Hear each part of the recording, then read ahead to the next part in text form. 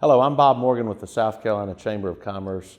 Honored to be in the South Carolina State House in the governor's office with Governor Henry McMaster. Governor, thank you for taking some time out of your day to talk about cybersecurity to our audience of those participating in our cybersecurity conference. Bob, thank you. Very happy to have this opportunity. Cybersecurity, as we all know, is getting to be more and more important and more a part of our lives. The more we know about it, the more safely we can operate, the more resilient we can be, the more immune from troublemakers and attack, the better off we could be across the board. So it's very important. Okay. How long has cybersecurity been on our radar screen? Well, that's a good question. I know in the state, Governor Haley, I think it's just before she left office, she had started a cybersecurity work group. Mm-hmm. And then when I arrived in April, I arrived in January of 2017, but in April of 2017, following up on her work, we created a task force that consisted of the State Law Enforcement Division, Department of Administration, a lot of private industry, power companies, water utilities, private businesses. And also we took advantage of our connections with the University of South Carolina, with the Cyber Command Center that's going up at Fort Gordon in Augusta. And so it's been an issue, it's been a subject for a number of years, but with the hacking and other things that have gone on in recent years, I think people have realized more and more how important it is to be secure. Now, there's a lot of industry, there are a lot of businesses, there's a brand new arena opening up all around the world for this kind of work, both for security and using the cyber capabilities for commerce. But it's right at the top of the list now because we know how important it is. So that commission made some very specific recommendations for South Carolina state government to do. Do you think those recommendations will be adopted, and if so, why? Yes, sir. Why not? I think so. One was to have a group, and that's what we did with the task force with SLED, the Department of Administration, and also we have collaborations going on with the University of South Carolina. Now that's very important. Just coincidentally, General Castlin, now President Castlin of the university, was very much involved when he was a three-star general in the Army, and before in the Cyber Command that has now been created at Fort Gordon in Georgia. Also, we have the Savannah River National Lab here that has interest. And through the university, we have one of the branches, the four-year branch in Aiken, which is right across the river from Fort Gordon. We've put $15 million in the 21-22 budget, and I think the legislature is going to do that, and that's going to be matched with federal funds. The Undersecretary of Energy was here several months ago, and we made that announcement. That's going to be at USC Aiken. So we are probably ahead of most other places in the structure, the kind of infrastructure and brain power that we need to put this together. So those recommendations are being made, but the plan to assess our needs and our assets is being done right now as we speak by the University of South Carolina. So we have the brain power and structure and infrastructure and interest that we need to find out exactly which way we can be most productive and successful. But I'll tell you, with the assets, with the Cyber Command that the Army or the Department of Defense is spending billions of dollars in, and the power of the University of South Carolina with 50,000 students, the academic firepower, the professors, the researchers, and all of that, as well as a business community that is ready, willing, and able to get involved and take advantage of all the assets and opportunities in this new arena. I think South Carolina is positioned to be enormously competitive. You know, I know you're someone who thinks regionally. What a great example of, or reminder that the economy doesn't stop at the state line. We're talking about a fort that's in Georgia, and yet tremendous opportunity for South Carolina. Well, that's right. And if you're up in an airplane and you fly along, you see the river, but you don't see any state lines. And we have a lot of collaboration and cooperation going on over state lines, but a lot of it is based, Bob, on not only the institutions we have here and others, but the people of our state are really remarkable. That's what a lot of the business leaders from around the world tell me when we're talking about the opportunities here that they have, that we have, where we can collaborate with new businesses and expansions. But they always say that the people of South Carolina are different from a lot of the places they go, and one reason is because they call us a handshake state. They say when someone from South Carolina gives you their word, they keep it. And I say, well, isn't that the way it is everywhere? And they say, oh no, a lot of places you have to write everything down. You got to be very, very careful. But also they say, and General Mark Clark said, when he was in World War II and also came back and was president of the Citadel, and he remarked on the patriotism in South Carolina. Says there's nothing like it anywhere in the world, and that means loyalty, determination, all those things. So in our state, we have people who know each other, who are open and willing to work together on a variety of things, and a lot of times just one phone call makes things happen. And in a new arena like this, where things are moving so quickly, so fast, in order to really be successful, that's an asset that we have that is I think is going to make things, make prosperity come a lot quicker, a lot stronger, make a lot of people happy. They'll be able to earn, they'll be able to invest, they'll be able to be happy and contribute. That's wonderful. You're king for the day. What are 3 things about cybersecurity that you would change and why? Well, I think the main thing I would do is to continue on the path that we're going. I wouldn't change, I would accelerate, and that's what we're trying to do now with the firepower of the university, of the state law enforcement division that has a lot of highly technical cyber security and capabilities. Also, in Charleston, the National Information Warfare Systems Command is there. I mentioned Fort Gordon. The Savannah River National Lab is expanding into some of these areas now, and we're perfectly positioned in Aiken with a branch of the university, a four-year school right there, right on the edge of that, and we're working with the city, we're working with the national lab, working with the cyber command and businesses in that area. We have an advanced manufacturing center right there now. It is just all coming our way so well that there's nothing to change. We got to take advantage of it, to be aware of it. And the main thing is to through conferences like this, is to make the businesses aware of these opportunities. We went out of state speaking to a big company that has business in South Carolina. They have a large facility here. And in speaking to the leadership there, they were unaware of a lot of the things that we have to offer with programs, with our Ready SC through the technical college system, and how we interact with the research universities and the four-year schools.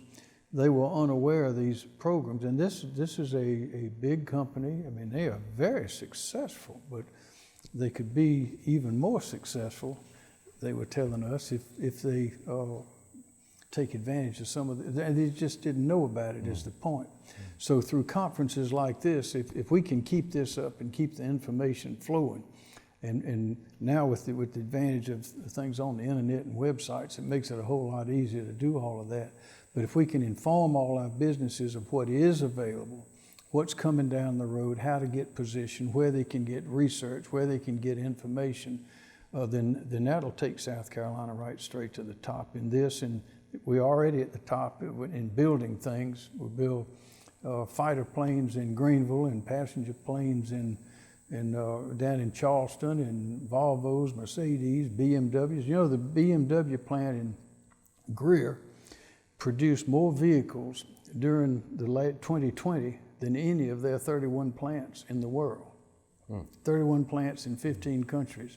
We didn't close anything down, as you know. We a few things we had to put some limits on, but we didn't close down like they did in other states. They produce a new BMW up there just every minute plus just a few more seconds, depending on the year. Fantastic opportunities, and with all of the electric vehicles and all the high-tech stuff that's coming with Volvo, Mercedes, BMW, and everyone else, all this cybersecurity is going to be even more and more important, because we have to be sure that those IT systems are secure. So that's why you have to have the technical colleges and the universities, particularly the research universities, involved. I recently had the opportunity to tour the BMW facility, having never been in an automotive assembly plant. And I'm telling anybody who will listen, when they resume the public tours, put that on your bucket list. It is a sight to behold. It is quite something to see. And of course, you know, they go down to, they ship them down to our port of Charleston, which is going to be, once we finish with the dredging that's underway now, it'll be the deepest port on the Atlantic coast.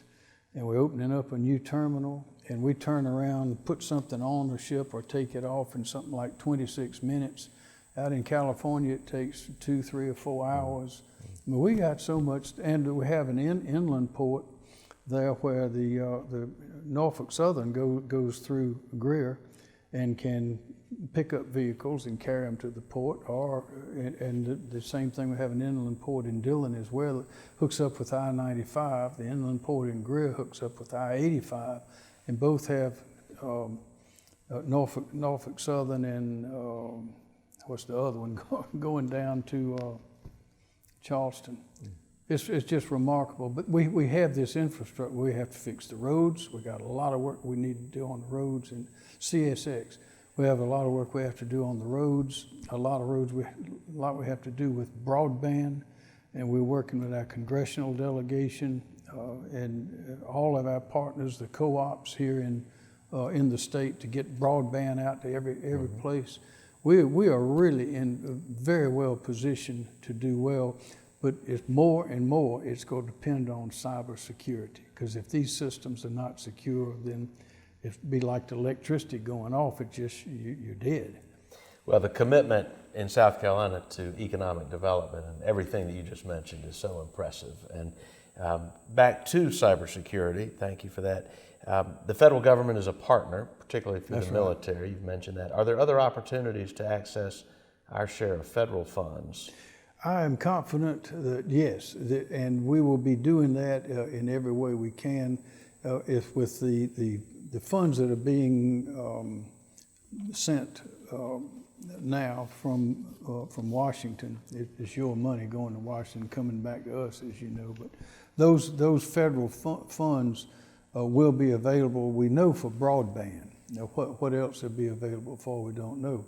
But there's liable to be additional funds coming later that could go to other things as well. Now, how cybersecurity would fit into that, I don't know. But if we have the kind of commitment that we have in our state to see that our infrastructure is strong, broadband being one, cybersecurity of all that, and all that entails is as far as keeping our systems safe and operating, as well as building systems to work within the cybersecurity arena. If we keep that as a high priority, we will, whatever assets are necessary and available, we will bring them to South Carolina and see that they're put in the right place. Your passion for this subject is admirable, and you've been generous with your time today. Any last word on the subject? Cybersecurity, it's a new word for a lot of people, but it has been around for a while. We know of institutions that have had their records attached or attacked, and all of those kind of things. We want to be sure that doesn't happen, because if we are vulnerable like that, particularly as in the hospitals, in businesses, in power companies, and those kind of things, if they are subject to malfunction or destruction, then we'd be in serious trouble. So this is something that's very important. But I can promise the people at the conference, as well as the people of our state, that those involved in commerce and in the security of the state are well aware of the importance of this. And with 8 major military bases in South Carolina, and the Coast Guard getting ready to concentrate even more for be sort of like a 9th base in Charleston there, the importance of cybersecurity is right at the top of everybody's list. But it's going to be good for everybody across the board, rural, urban, large business, small business. It's like bringing in electricity. It's like bringing in the interstate highways. It's just one more big thing that needs to be done right. And it's really encouraging for those of us who are trying to direct things in the proper way and put the right collaborations together, to see the willingness, and not only the willingness, but the talent of the people that we have available here to do a great job with it. So it's good news. And what it points to is, once again, it will confirm that South Carolina is the best place in the world to live, work, and raise a family. That's wonderful. If I didn't know better, I'd think you might work for the Chamber of Commerce. Appreciate your passion for economic development for all in this great state. Thanks for your time. My great pleasure. And we'll thank those who are participating in the conference for their attention, and we'll see what good work comes out of that. Thank you very much. Thank you, sir.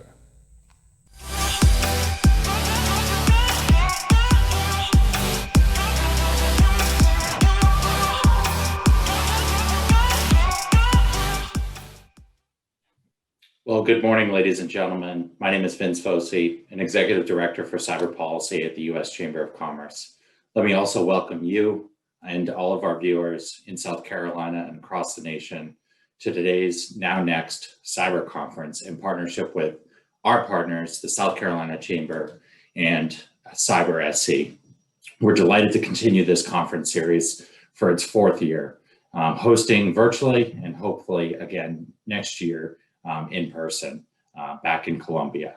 I'm delighted to present this next part of the program with General Keith Alexander, who is the co-founder and CEO of IronNet Security and former director of the National Security Agency and Commander U.S. Cyber Command, and Lieutenant General Bruce Crawford with Jacobs Engineering, and formerly the Chief Information Officer for the United States Army.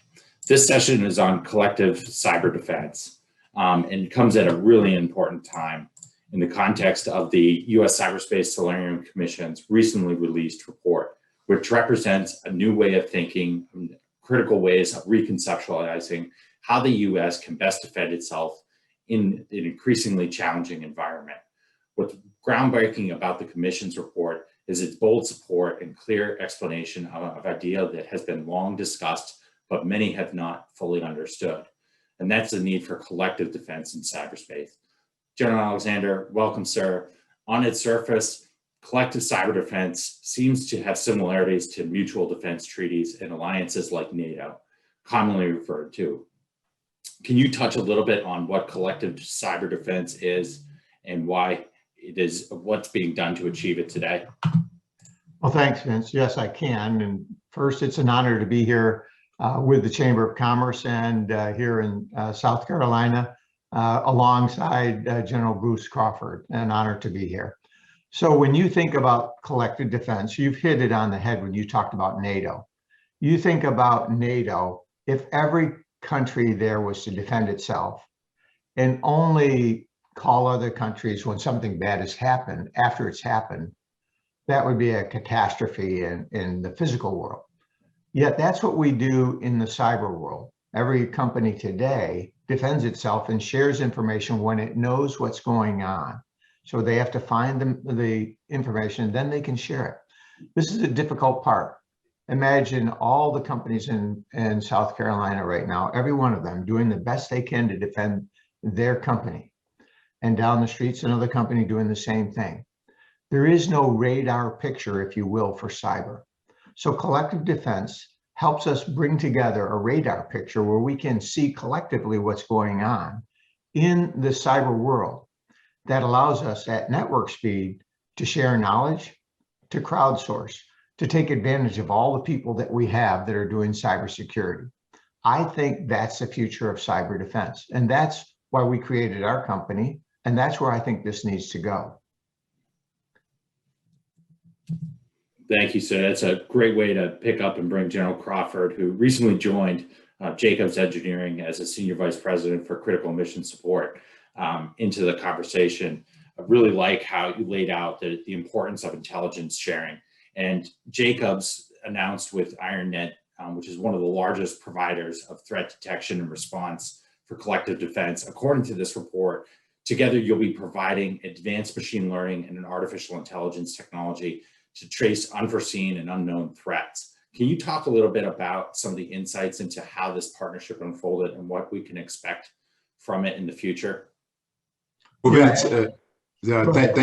thank you very much. And it's being a South Carolinian, I just wanted to say up front, many thanks to the Chamber of Commerce for pulling this together, because I think it's key to our future defense. But I also wanted to say it's good to be back home, even if it's just virtually back home. A couple of things. There's really two key points and two key reasons why we thought that this partnership was strategically important. So number one was unity of purpose. And then the second reason was something that's a little bit less tangible, but very important, is that we thought that we were a good culture match with IronNet. And so to the point of unity of purpose in solving hard problems, what I'll say up front is Jacobs has spent company's been here for about 70 years, but more importantly, and germane to this conversation, we spent about the last 18 months really building almost $1 billion cyber and intelligence business. And so in the process of growing these businesses, we recognize the importance of public-private partnerships, which was mentioned by the governor and also mentioned by General Alexander, as called out in both the Cyber Solarium report, and it's also been acknowledged in the recent POTUS exhort. But what really caught our eye was IronNet's concept of collective defense, especially the transition from a traditional mindset of focusing on tracking signatures to really a transition into thinking. And when you think about it, it's kind of a bold move, but transition in thinking to integrate the tracking and monitoring of patterns of life, really leveraging, as General Alexander talked about, this whole idea of wisdom of the crowd to his NATO example. The second point with respect to culture match, like IronNet, I can tell you that Jacobs views its investment in people. And I know we'll have some discussions throughout the day about the importance of talent, but Jacobs views its investments in people and talent, not just technology, as one of the great differentiators. And so in the end, this idea of collective defense really got our attention because we truly believe that we're stronger together, to the points that have been made earlier. And General Crawford, just to bring in General Alexander again, I think you both have talked a little bit about the importance of collective action, the importance of not defending individual lanes of effort, but you have to beat all of us to beat the rest of us. And that's something that Krist Inglis has talked about as well, our nominee for National Cyber Director. And General Alexander, I know you work with him both as Director of the NSA and Commander Cybercom, but what are some of the problems that you saw that are facing the private sector that you felt this partnership could help address? So that's a great question. And first, I would just reemphasize something that General Crawford brought out, a cultural match. When you think about the Army and what we spent the last 18 years in Iraq and Afghanistan, one of the things I found out is that it takes a team to work together. And that teamwork about let's do what's good to solve the mission is really important. And it set the same cultural approach that Jacobs and IronNet has. What do we need to do to help defend companies? And it was two parts. It was what's in the Solarium Commission working together. And it's also by companies in the cyber realm working together to provide a better package to other companies that are supported. What you cannot afford to have happen is 10 different cyber companies come in and you have to piecemeal it all together. Imagine a comprehensive solution based on the foundation for collective defense that brings this stronger capability together. I think that's what Jacobs' consulting expertise and their technical expertise, aligned with what we do, helps us for customers around the world. So I think this is a great opportunity, and I think it's part of the future. Thanks, General Alexander. And if you both have touched on the importance of the workforce issue, and we're getting some great questions from the audience as well. So please do send those in. General Crawford, talking a little bit about the technology side, during your time as the Army's Chief Information Officer, your team stood up the Army's first ever Enterprise Cloud Management Office. Today, there are movements to the cloud service providers to be responsible for ensuring their customers can be identified with traceable information pointers to better enable association of cyber intrusions.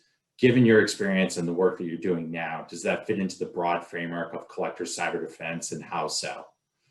Oh, absolutely. You know, General Alexander has mentioned one of the shortfalls has been visibility. And leveraging AI and ML enabled capabilities and the wisdom of the crowd to provide the visibility that's required. What's interesting is one of the reasons why about a year and a half ago we stood up the Army's, for the first time, the Army's Enterprise Cloud Management Office, and now the Army's Enterprise Cloud Management Agency, a one-of-a-kind organization, was to increase visibility. Because at that time there were over 100 different disparate cloud contracts, all kind of doing their own thing, and we didn't have the ability to really see and understand, as was mentioned earlier, the ability, you can't defend what you can't see. And so one of the reasons that we brought this capability together was to increase visibility. What I'll tell you, so it's a couple things. I think the collective defense offering by Iron and Jacobs, what's important about it is it can be extended into public, private, and hybrid cloud environments. And this is going to enable customers to not be on an island by themselves anymore, but it's going to enable customers to rapidly collect traffic across private cloud and public clouds, both on-premise and off-premise, and imply what we've talked about with respect to these AI and ML-enabled capabilities and detection capabilities and crowdsource intelligence in order to mitigate risk. So good question. I appreciate you bringing that up. And it's been about a year and a half ago. But I think that there are some similarities when you think about the reason why I decided that it was a good idea to establish the Enterprise Cloud Management Office and the capabilities of an IronNet and Jacobs partnership with respect to increasing our visibility. And General Crawford, you're probably about a year ahead of where this administration is renewed focused on cloud. The recently released cyber executive order is focused on developing a cloud security strategy, principles, and furthering migration in a harmonized way across the federal civilian agencies. And want to also talk a little bit about a host of initiatives being led by federal agencies to enhance cybersecurity and cyber defense. The Cyberspace Solarium Commission generated a host of legislative and policy recommendations that are intended to increase the prominence and prioritization of cyber, and DoD is leading those efforts in Defend Forward and Persistent Engagement. General Alexander, having served as Director of NSA and Commander of Cyber Command, how does collective defense relate to Cyber Command and DoD's Defend Forward and Persistent Engagement efforts? So one of the issues that I faced when I ran Cyber Command, we had the mission to defend the nation. We couldn't see it. So attacks that go on against our country, the Defense Department, who has a mission to defend the nation, can't see attacks on critical infrastructure or other companies. Look at the SolarWinds hack, the Microsoft hack. Both of those were invisible to the Defense Department and the government. They could not see it because those companies can't share the information in a reasonable manner. I think the Solarium Commission hit a key point, as General Crawford brought out. We need to share, but we also need to share the right information. It's got to be real-time information, not about what you know, because what you know you're already defending against, but what you don't know, the unknown. So that's anomaly detection. And that's the machine learning AI and the way that we've come together between Jacobs and IronNet. We need a solution that builds that radar picture. And so when I think about collective defense, the mission for Cyber Command and NSA, defend the country from attacks. It's not to look in your networks. Private companies need to do that. They should do that, anonymize the data and share it. But the government needs to know who's attacking them, who's attacking the victims like SolarWinds, and how do we respond when a nation state is attacking our companies? That's what we need to look at, because I think this is going to grow. It's going to get worse, and there's going to be a lot of collateral damage. We're seeing that with the Colonial Pipeline. And so when we look at this space is where all our money, our intellectual property, our valuables is now stored. And it's going to be attacked by our adversaries. And we need to defend it. So I think this is something that Cyber Command and NSA and the Defense Department needed. And the private sector, that's where Jacobs and IronNet can come in, need to build the private sector version. The government doesn't need to build it. They need to see it. So we can help see it. We can help them see through that radar picture what's going on.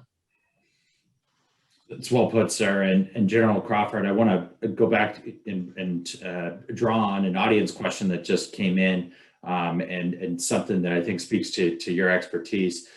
There's some stigma associated with the cloud and cloud migration, that it's not as secure as either on-prem or traditional IT. How might you counsel organizations that are looking at their architecture and are considering migrations to the cloud? Is this something that is safe, not safe? How do we ensure it's a high level of security?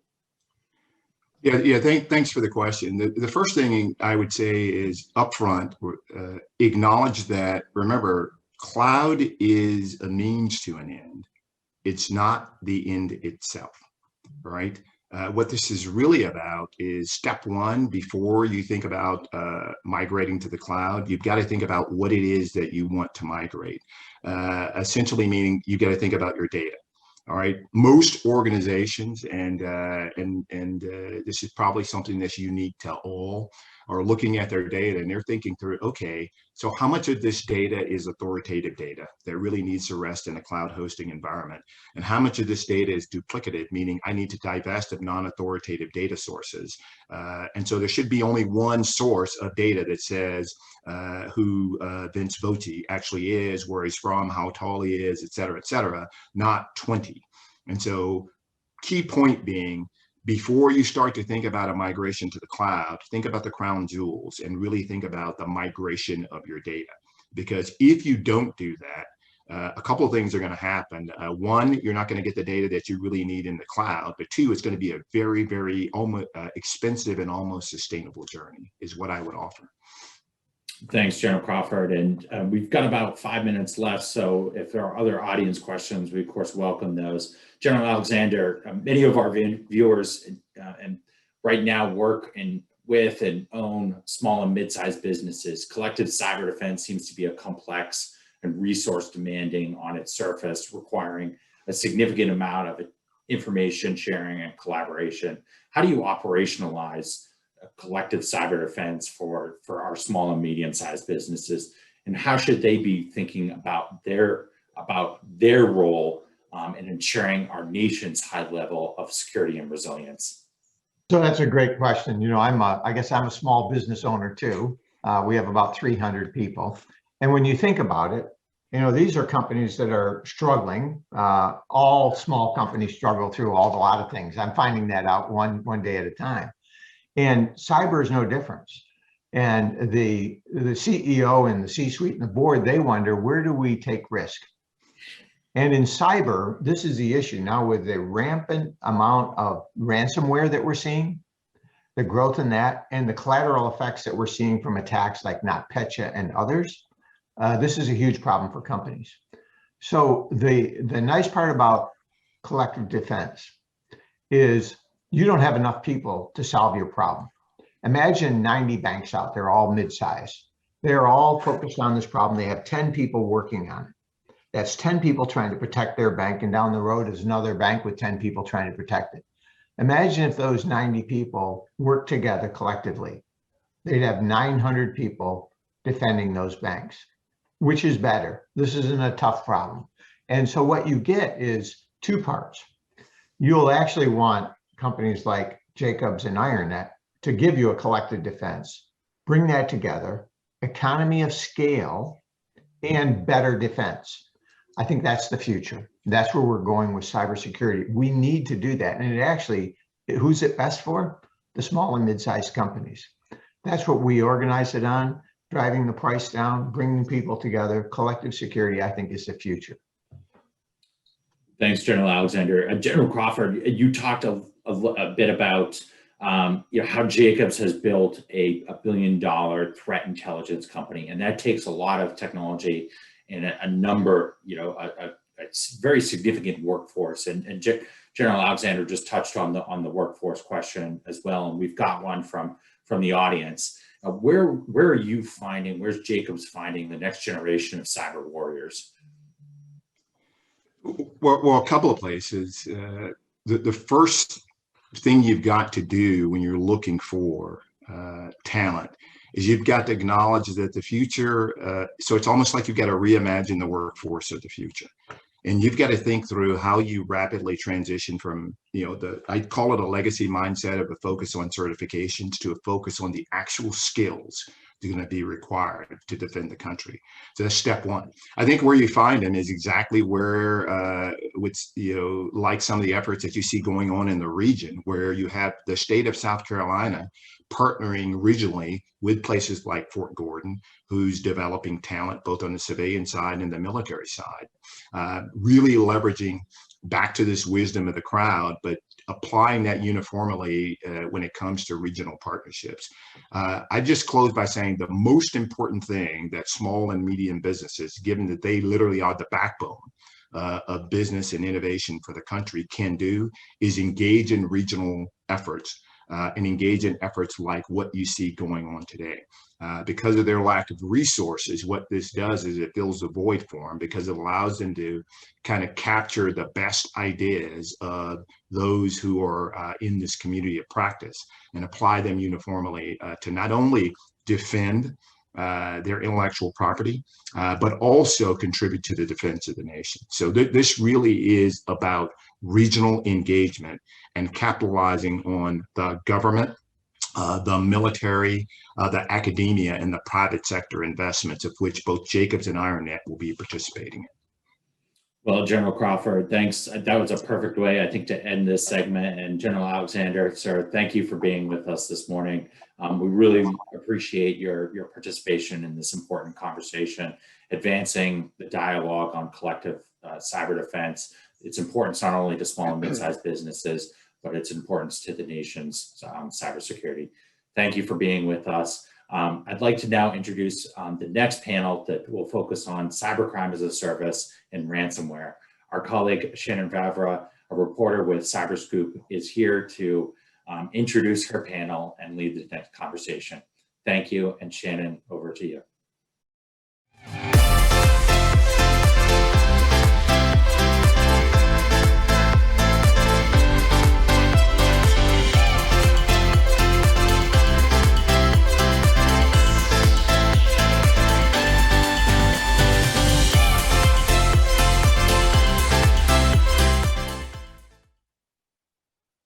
Hi, everyone. Thank you for joining us today for a conversation on ransomware as a service and cybercrime as a service. I'm Shannon Vavra, and I'm a reporter at Cyberscoop, where I cover the NSA and Cyber Command and other cybersecurity issues. It's a timely panel we have today, and we have excellent panelists joining us, including Nitin Natarajan, the Deputy Director at CISA over at DHS, Raj Samani of McAfee, Megan Stiefel from the Global Cyber Alliance, and we also have Harry W., who is a Technical Director for Incident Management over at the NCSC. Thank you all for joining us today as well. I want to kick us off by sort of setting up the landscape of everything that's happened in the last several weeks. We're still uncovering facts from the Colonial Pipeline ransomware incident. In recent days, of course, there's been other ransomware attacks that we've seen around the world, including in Ireland, which has affected their healthcare system, and they're still working to recover from that. And in recent days, the FBI has issued an alert on certain ransomware gang Conti and all of the hospitals and schools that they've been hitting. And we've really seen this ramp up over the last several years. According to many private sector analyses, ransomware has jumped up by upwards of 300% compared with 2019 and compared to 2020. And so I want to bring in Raj. I wonder if you could kick us off and talk a little bit about the trends that you've been seeing change over the last several years with ransomware as a service, and some of the concerning trends you're seeing now that you think we need to get a better handle on moving forward. Well, thank you. We have to acknowledge the business model that fuels ransomware. Historically, there was almost a one-to-one relationship between the attacker and the victim. And certainly what's changed, I would say, from 2016 is this ransomware as a service economy. And in as much, you don't need technical skills in order to be part of this ransomware economy. These affiliates or partners who effectively go out and carry out attacks for a share of the profits really has enabled this scale. And of course, these affiliates are getting better. They're finding ways into companies and really able to demand like ransoms upwards of about up to $50 million because they find a way to really put the boot onto the throat of organizations.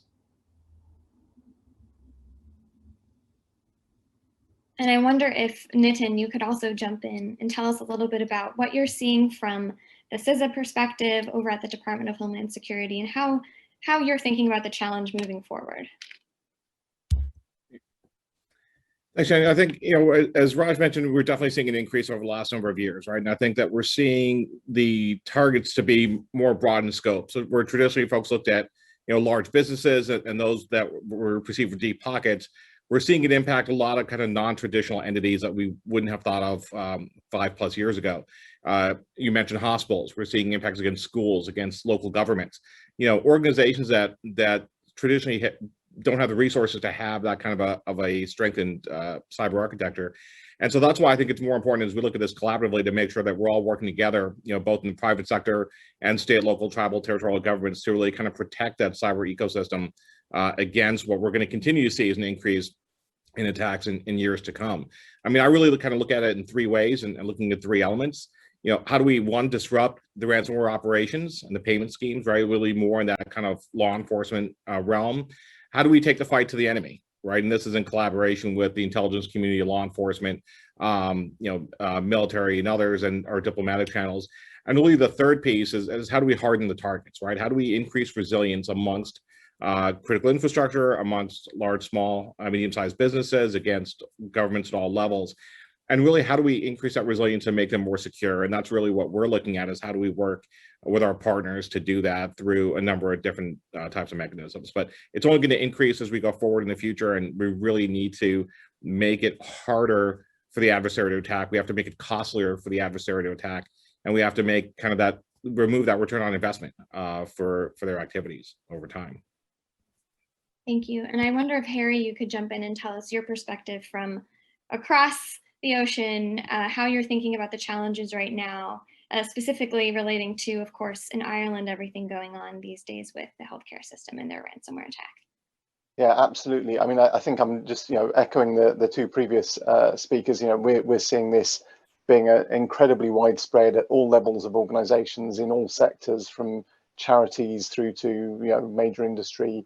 And in my job, I deal with a lot of, deal with incidents that actually happen that come into us where organizations have been affected. And this is by far and away the kind of most impactful thing that can happen to an organization, really. All of your IT stops working, you're in a very, very difficult position. Sadly, a number of organizations don't have good backups that they can fall back to. So they're really at the kind of mercy of these criminals at that point. And it's incredibly damaging. We've been reaching out to our partners over in NCSC Ireland and offering them all the assistance we can over there as well, because these attacks don't see any borders. They're all over the place.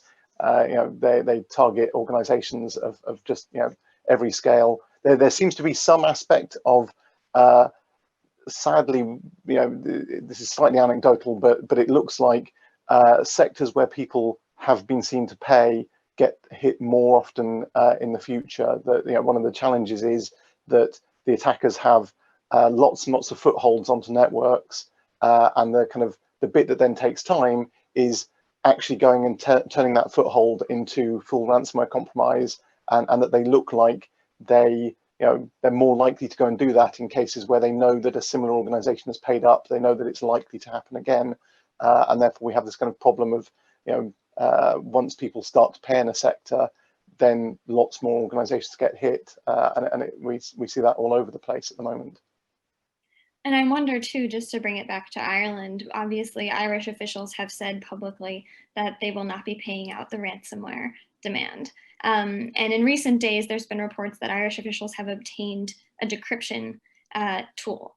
And I wonder if you've been briefed, if you could share with us any updates on that in the sort of technical review, if that decryption tool is viable and will be used, if you're able to divulge.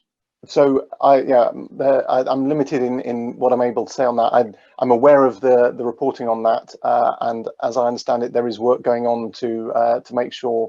One of the challenges, obviously, in this space, we've worked with organisations who have paid ransoms. There's then the question of, well, how much do you trust the criminals who caused all this damage to your network to recover it? The other challenge, actually, that often people don't think about is, even if you do get the decryption tool, actually deploying that at scale across your estate, actually doing all of the repair necessary. Lots of your systems will not enjoy having been encrypted, and recovery is not just a question of paying the ransom, getting the decryption tool, and magically everything goes back to how it was before. There's a lot of work going on in that space, and I imagine that's what's going on at the moment over at HSE in Ireland.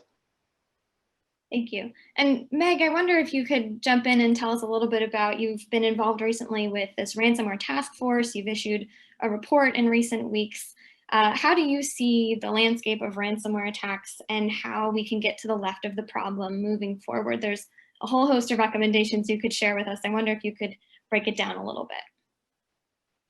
Sure, thanks, Shannon. It's great to be with everyone today, and thanks for having me. So yes, the Global Cyber Alliance partnered with a number of other organizations spearheaded by the Institute for Security and Technology, which is a nonprofit based on the West Coast, in observation of the growing scope and scale of ransomware that occurred, particularly over last year. Nitin already mentioned the number of organizations that are being hit. We're seeing not only that number increase significantly, but also the scale of the demand that's being made, as well as the payment.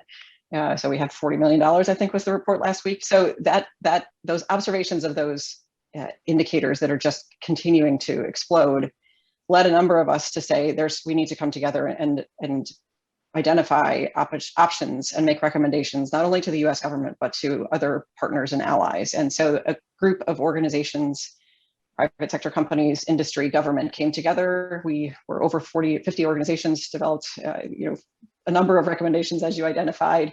And there were really 5 priority recommendations. The first is that we need an international whole of government strategy together with allies to recognize ransomware as a national security threat.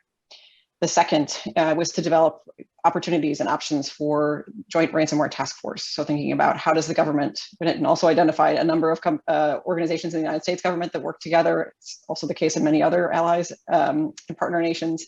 So facilitating better information sharing between these actors.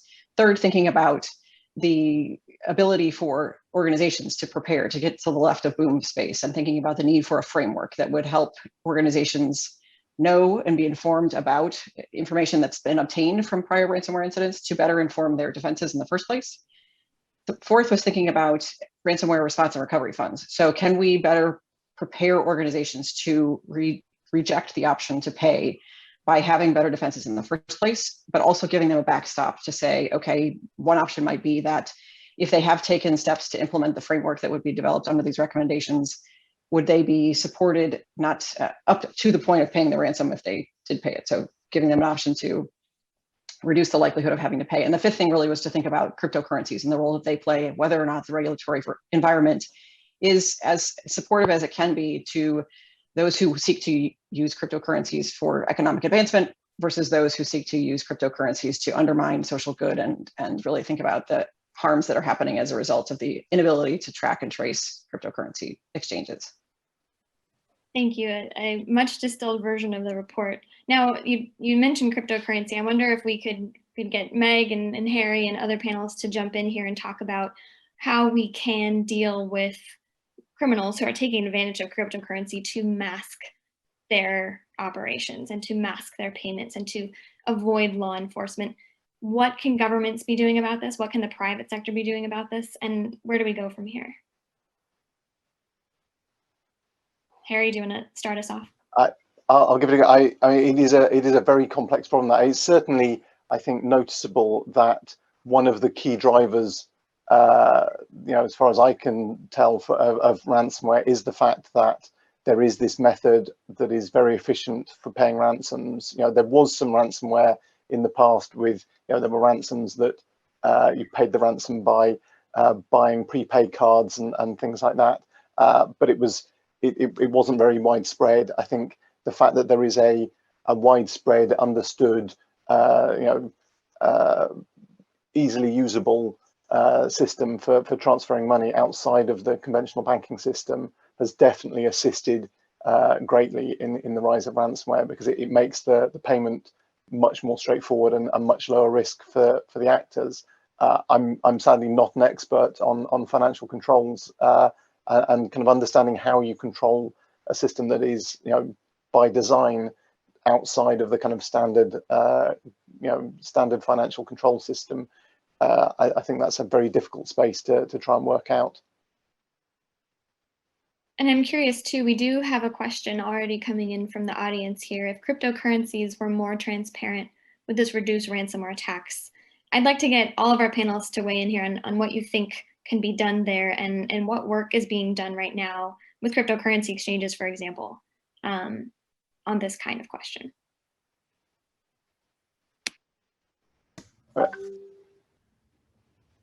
I'm happy to kick off. So this is not a cryptocurrency problem. Likewise, much less it's not an email problem, when people click on phishing emails, because the reality is that whether they're using, Bitcoin or Ethereum or something else, criminals will always find a way to adapt. I mean, the Gand Crab crew claimed to have made $2 billion. Well, if they made $2 billion and all of a sudden, this cryptocurrency is not available, they will find something else. They've got the funds and the researchers and the developers to actually build something. So we have to stop blaming technology as, the vehicles to society's ills. This is crime. And just because, cryptocurrency is pseudo-anonymous doesn't mean that we're completely blind to what's occurring.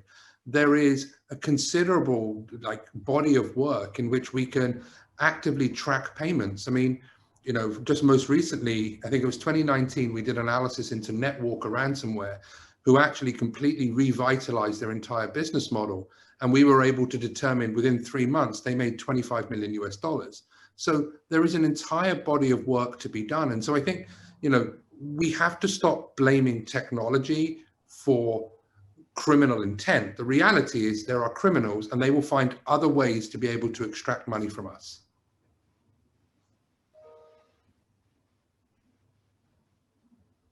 I wonder if Nitin, you want to jump in and talk about this as well. And I'm curious also to open it up to the panelists again.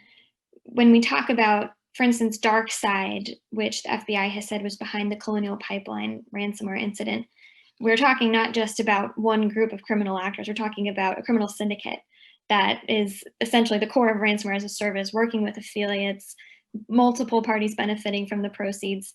And I'm curious if you could touch on a little bit, do we go after the affiliates? Do we go after the operators of the ransomware?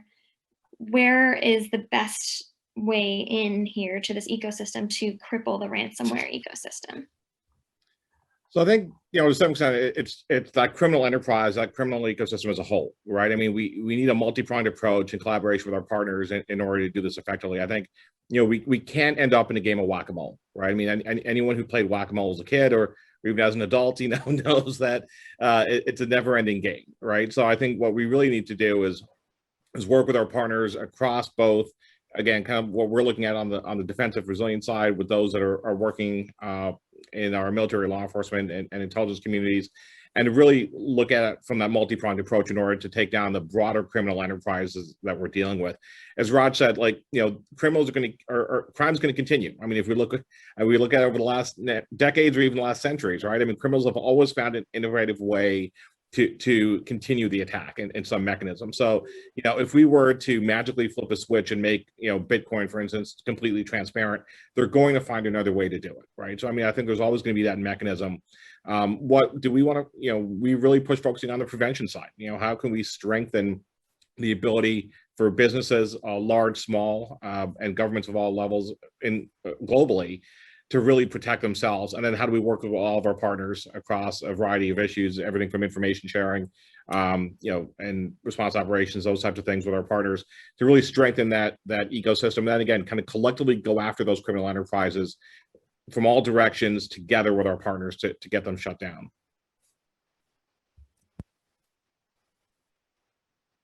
And I'm curious too, if Meg, you want to chime in here as well on that question. Sure. So again, going back to the recommendations of the report, there are, identified, there are options, of course, and there are capabilities to track and trace these transactions. The question really is applying additional levers of transparency, regulatory requirements upon this type of currency, an option and an ability to frustrate their activity, which may drive them, hopefully in theory, to a more transparent marketplace where there may be faster opportunities for law enforcement to intercede and intervene to, among other things, issue freeze orders that might prevent the cash out, which is what drives these folks, right? They are driven by money, and allow governments and other actors to slow down the process of ransomware with the goal of, again, slowing down and driving this type of activity to somewhere else, probably. Unfortunately, as others have said, criminals are criminals. They will look for opportunities to continue and continue to gain money through one mechanism or another. But thinking about all the tools that we have, looking at the application of know your customer requirements, anti-money laundering regulations, and the Bank Secrecy Act, for example, in the United States, to this type of currency, the participants in the ransomware task force thought that those would be useful tools to further frustrate the ransomware networks.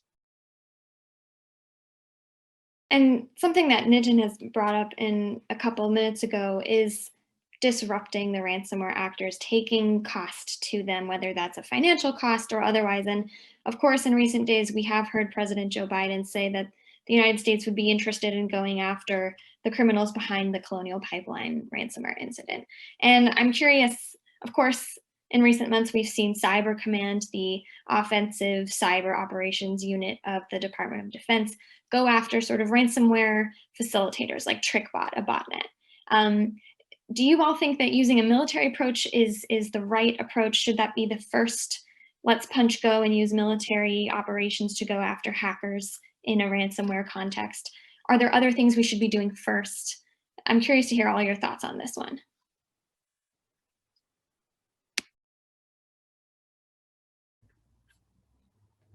Harry, go ahead. or Meg, go ahead. I think Shannon knows me well enough to know that that's not, I don't share that view, right? We really think, and members of the task force, I think, all agreed basically that the first step is to have an international coalition be built to take preventative measures and to work to enhance the enforcement capability against these actors. One can imagine the range of results that would happen should other governments follow a similarly, what I would consider to be aggressive model.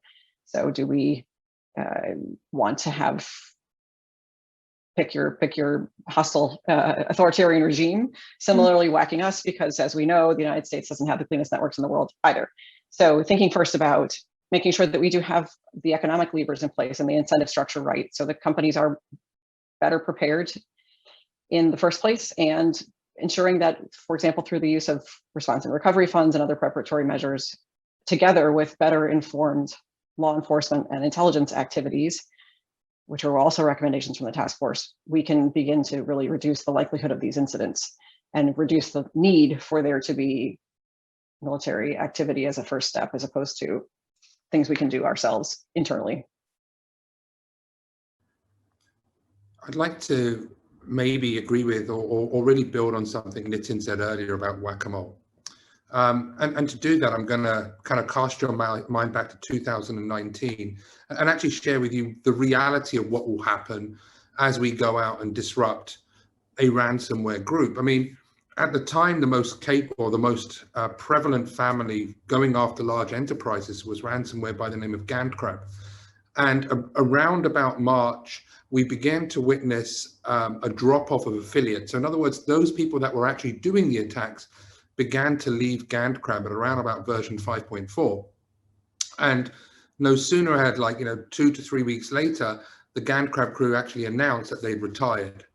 So all of a sudden, everybody's delighted. The fact that this particular group may have been scared or whatever happened, they effectively walked away. All that happened was there was a new ransomware family by the name of Sodanakibi or Revil, which is one of the most prevalent families and some of the most damaging family out there. And all of these affiliates we strongly suspect moved. And that's the reality. There are, if we talk about cutting the head off the snake of ransomware, well, there's hundreds of snakes out there. So one will just continually pop up. I think, it's not as simple as, okay, well, we'll go after them. Actually, back to what Megan mentioned earlier, the reality is when organizations have a server on the internet with a password of welcome, and then kind of question and say, well, how on earth were we hacked? Well, look, there's part of the answer there. So it's a multi-pronged approach we have to take. And I wonder too, in recent days, we have heard reports of the dark side criminals having difficulty running their operations and gaining access to their computer networks. There were rumors the US government was behind that potential operation. There's been reporting that the US government was not in fact behind that. And I want to see if I can get you on the record here, Nitin. Has the US government launched any sort of disruptive activities targeting DarkSide or its affiliates in recent days? And if you can't say, will Americans be aware if and when that does happen? So great question, Shannon. So, I mean, obviously within CISA, our main focus is on the defensive side of the house. How do we build resilience? How do we help work with our partners on kind of building defensive cyber operations? I'll defer to my colleagues at NSA and DoD for kind of their operations and their guidelines and how they operate. So. Great. And I totally understand that. I just have to ask. And generally speaking, from the perspective of the whole audience, something about DarkSide as well is that according to US intelligence, as President Biden has said, some of the criminals are believed to reside in Russia. How should the government in the United States or other governments be dealing with the fact that these criminals appear to be receiving safe harbor or appear to be being ignored in other countries that allow them to perpetuate their criminal schemes? From the US or from a government perspective, I wonder if Harry and Nitin, you can weigh in on the challenges of working through that issue. And I'd also be curious to hear Raj and Meg's takes as well. Thanks. Certainly from my perspective, that does appear to be, that is a widely reported aspect of this. I think there's similar challenges, I suspect, to the question around ransomware in this space, that actors are all over the place. They're located probably in multiple jurisdictions in multiple locations. Would we see movement of them to other jurisdictions? It has to be targeted as a kind of whole attack across the entire ecosystem. Because actually, if you get one jurisdiction to change their rules, will you just see people moving? It's an incredibly complex question, that one. Yeah, I'll just add to Herron. I think, as he mentioned, for us, it's the international collaboration. It's working closely with our allies against wherever that enemy may be, right? So I think we have very close collaboration with our colleagues over in the UK, but also colleagues throughout the world. I think one of the things that really surprised me coming back into federal service here 3 months ago was the significant increase in the volume of international engagement that CISA has with our partners throughout the country. And whether that's direct cert-to-cert relationships, whether it's helping build and increase cyber resilience in other nations that may have more immature systems that are looking to grow and gain. A couple of months ago, folks might have seen we published CISA Global, our kind of strategic plan to look at our international engagement, to work with our partners so that we could learn from them and that they could learn from us as we continue to do this. So I think that as we look at actors and whether it's in Russia or really whatever country that they're going to be based out of and operating from, it's that collective of us with our international partners are going to be able to work towards tackling these challenges. And they were massive challenges. But I think we are stronger together, and we're putting those frameworks in to work more closely with our partners day by day. And I'll build just a minute on something that Nitin mentioned. It's really one of the recommendations and observations was from the task force is this need that all parts of the government are talking from the same sheet of music when they're engaging with either their allied partners, but also representatives of these countries believed to be harboring or otherwise providing safe haven or for these actors. So if, for example, in the United States, the Secretary of Commerce is speaking with someone either in a partner nation to say, what are you doing about ransomware? How can we better work together to begin to combat this at a global scale? But similarly, are you putting pressure on, if it's Russia or other countries who are, again, believed to be providing safe haven? We really need to continue to keep this at the top of the agenda. There are lots of other things going on in the world, and it's not to say that those aren't also important, but the growth that we've seen in ransomware over the past year is remarkable. And it really will take a whole of society effort, not only in the United States, but elsewhere, to begin to really decrease this type of malicious cyber behavior. We don't want it to continue to spiral out of control. Now, in recent months, there was a statement issued by the Five Eyes that said, these nations, so the US, the UK, Canada, New Zealand, and Australia, we want to work more on combating ransomware together. And I'm curious if Nitin and Harry, you could walk us through sort of the day-to-day reality of, have things changed since that statement was issued? And what does that collaboration and information sharing look like on a live day-to-day level? Sure. So, I mean, we talk with our colleagues on a daily basis globally, right? So we have daily engagements with our colleagues. We had pre-COVID a lot of in-person engagements. We've shared liaisons so we can understand how each other work day to day, right? It's one thing to have a 1-hour meeting in a day. It's one thing to work more closely day to day with each other and really understand the nuances of our respective systems and what we bring to bear. So we're looking at really kind of expanding how do we continue that engagement day to day. On information sharing, it's something that has always been kind of near and dear to my heart, and I've been focused on for a long time now. And to me, it's a matter of how do we get the right information to the right people in a timely manner that results in more informed decision making, right? So it's not just the quantity of reporting, right? So I don't measure success by, we shared 500 reports with the UK today, right? And that's our target, and we won. It's how much of the information are we able to share that's timely, that can result in more informed decision making, that can result in action by our partners. How do we ingest information in a timely manner? How are we able to use that to guide our decision making and the actions that we take? And really looking at those efforts and how do we have that collaboration to strengthen that information sharing efforts. There's always going to be a way to do it faster, quicker, better, and we want to continue to kind of push that envelope and how we do that again with our international partners as it comes to those engagements. It's also the same kind of approach that we take our information sharing with our private sector colleagues as well as state, local, tribal, territorial governments.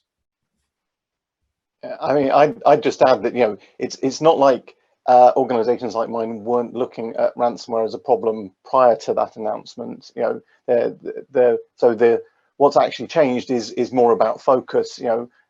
Organizations like mine have a huge range of threats that we're trying to defend against. So there's just been a shift of focus, I think, on there. So there is now more work going on in that space, but it's not like this was a completely empty space previously, and that no one was doing anything. We've been working on this for years. I've been dealing with ransomware incidents for several years now.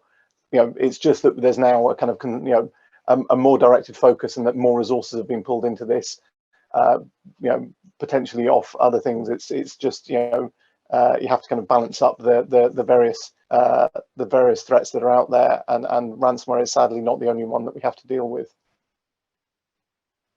Now, I want to turn our attention to the classic question that is probably on a lot of our audience members' minds today, which is to pay or not to pay the ransom demands. We've seen something Meg mentioned earlier. There was a reported $40 million payment from CNA in recent days, which was really quite a substantial figure to see revealed publicly. At least there's obviously many more incidents behind the scenes that aren't public, and those figures as well.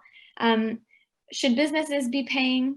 Is all of this publicity around, for instance, Colonial Pipeline and CNA paying their ransoms, encouraging and normalizing the behavior of paying criminals? And what should a framework around payment look like?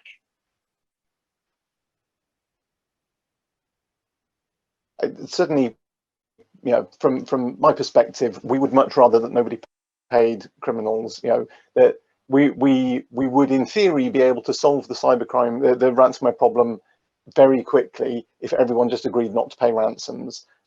That is, however, you know, unlikely to ever be possible, and therefore, you know, you know, when it comes down to it, everyone would be better off if nobody paid ransoms. But when it's you in particular who has been affected, and you're looking at the possibility of your company, you know, going out of business, it's a very difficult call to make at that point. I think, you know, we have it's a very complex position to try and take to actually work out, you know, what people should or shouldn't do, and we try and support people no matter what their position is within the NCSC. We will help anybody. But yeah, it's a hugely difficult one. But we would highly recommend making sure you have backups so that will actually work, so that you have an option other than paying in order to get your data back. I'd like to maybe offer up a third option. And so everybody listening to this, please, you know, go to nomoreransom.org and make sure you bookmark that particular site. It actually has over decryption tools freely available at no cost, and you don't even have to enter your email address or contact details at all. And so there is a third option, and I think it'd be good to make sure that people are aware of that. Yes, although I think people should be aware that you know, there's only going to be limited occasions, sadly, where that's going to work. So don't rely on No More Ransom as your only backup plan. Exactly. That was going to be my next question, to see if we could sort of round out. We have a couple of minutes left here to round out the panel with what should businesses be doing now to make themselves a less attractive target to potential ransomware criminals, and what should they do in the unfortunate circumstances where they actually are hit by ransomware? What can they be doing now to prepare? What should they do when that does happen to them? So I'll take a first stab. I think to some extent, to me, it's recognizing that it's worth the investment, right? Recognizing that investing in your cybersecurity of your organization is a worthwhile investment for your organization, whether you're a large, medium, small business or any level of government. I think that, you know, we've spent decades or 15 years plus selling people on the concept of cybersecurity, right? I remember, you know, years ago when we had to try to sell the healthcare industry on investing significantly in cybersecurity efforts. So how do we make people understand the value of that investment? And again, looking at the risk paradigm, as folks have mentioned, right? As we identify risks, any risk we identify and we don't mitigate, we're accepting, right? So let's make sure that we're all aware of what risk that we're accepting. How do we develop an incident response plan? How do we know how our organization is going to respond to a cyber attack within our organization? We do this for kind of kinetic attacks and fire drills and all these things all the time, right? But what is our plan to respond to a cyber incident? You know, Harry and everyone, I think on the panel has mentioned about backup systems and the criticality of having effective backups. Looking at isolating systems, right? So that even if they do get in, we kind of prevent that lateral movement across the network. And then reporting the incident, you know, working with us to get that information, to report that the incident has occurred, and to tap into the resources that are available across the country through multiple agencies, right? Through CISA, FBI, and others that can help an organization. So it's, you know, to me, it's, get aware of the understanding the scope and scale of what we're facing, understand the risks and threats to your organization, and then take some of those initial steps to help protect your organization, your network, your people, your information, and your business at the end of the day. Shannon, one of the things that we recognize in the task force is that there is a lot of good information out there. It may be dispersed, but there's a lot of good information out there to help organizations prepare themselves so that they don't become the victim, or that when they are victimized, their incident is less damaging. And so Nitin's identified a number of them. There are a lot of resources on the CISA website. The organization that I work for, the Global Cyber Alliance, has a small business toolkit that's free. Again, we don't require you to register, and it does include references to the No More Ransom resources. But I think the biggest point that people can do is to be prepared and not panic, because you do have options. Raj has mentioned this. There are hygiene measures that you can take that are largely the personnel investment. If you're running a large enterprise, that's more than just personnel time, but things like multi-factor authentication, having good email hygiene, segmenting networks that Nitin mentioned, thinking about encryption at rest and in transit. There are steps that you can take that don't require you to wait for something to arrive later on. There is no silver bullet here, and it really requires a whole of organization and whole of society effort. The biggest thing that people can do is to do something today to make themselves more secure. Great. Well, that just about does it for us for this panel. So I just want to thank our panelists for joining us, our audience for listening to us and joining us, and the Chamber for hosting us. So with that, I'll turn it back over to the U.S. Chamber, and thanks again.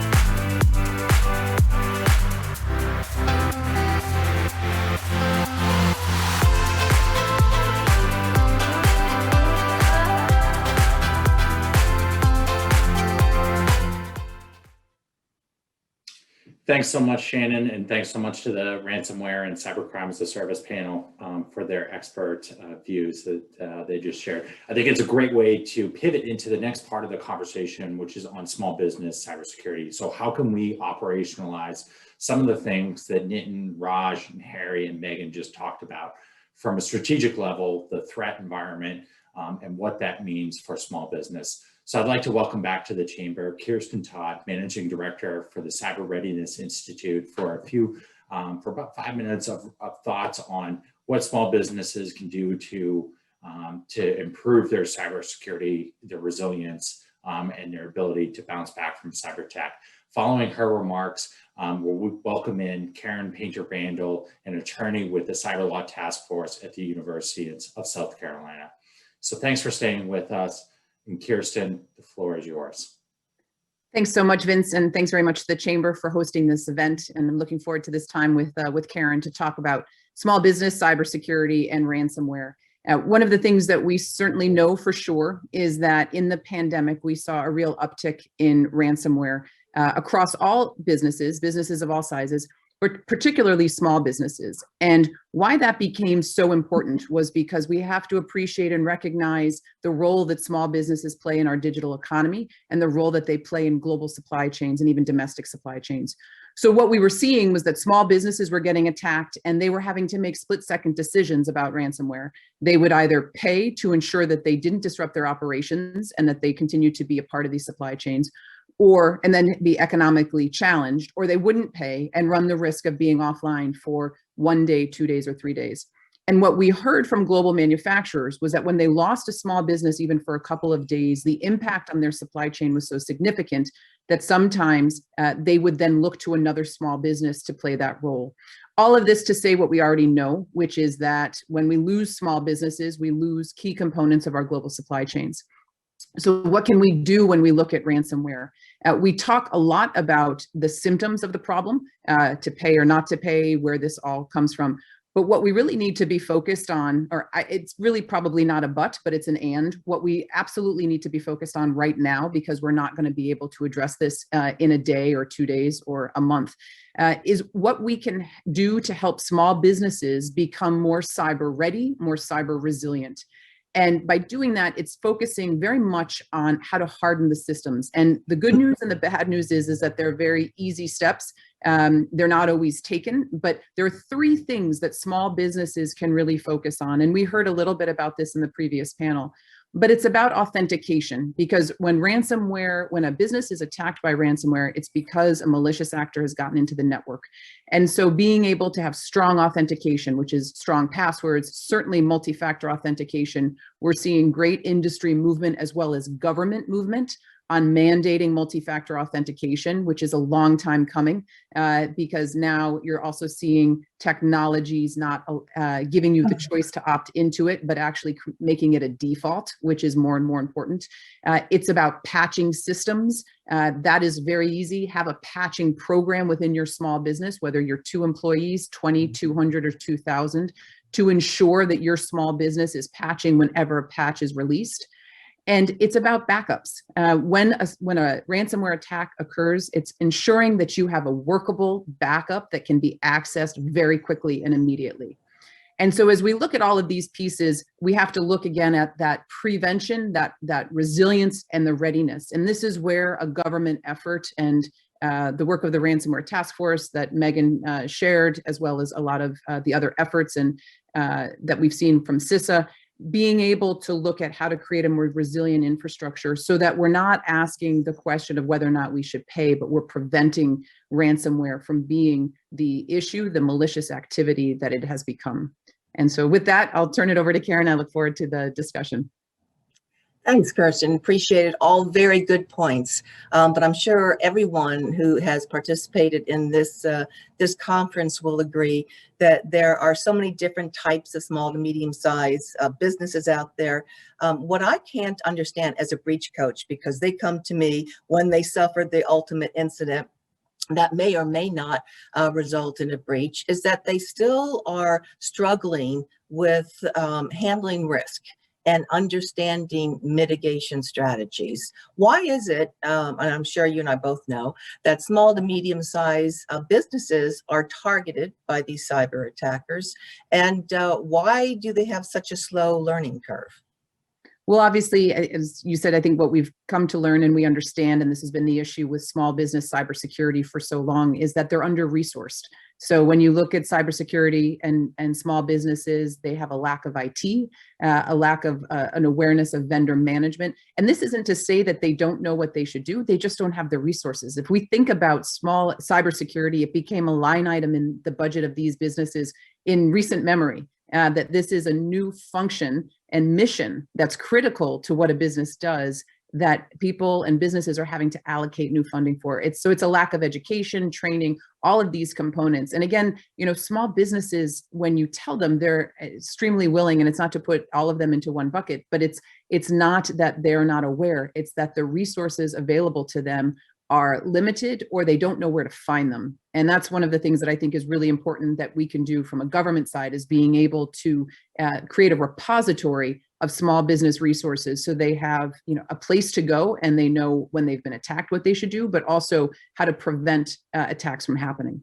Right. I find that with regard to responding to some of these breaches, whether or not that organization has a strong IT department, whether or not they outsource IT, may make a difference in the success of the response effort. Have you seen that as well? Well, I think certainly, because when there's that awareness, when you've got the IT function either in the business or outsourced, then it's become a priority. And that goes to being able to prioritize your assets and where your vulnerabilities are.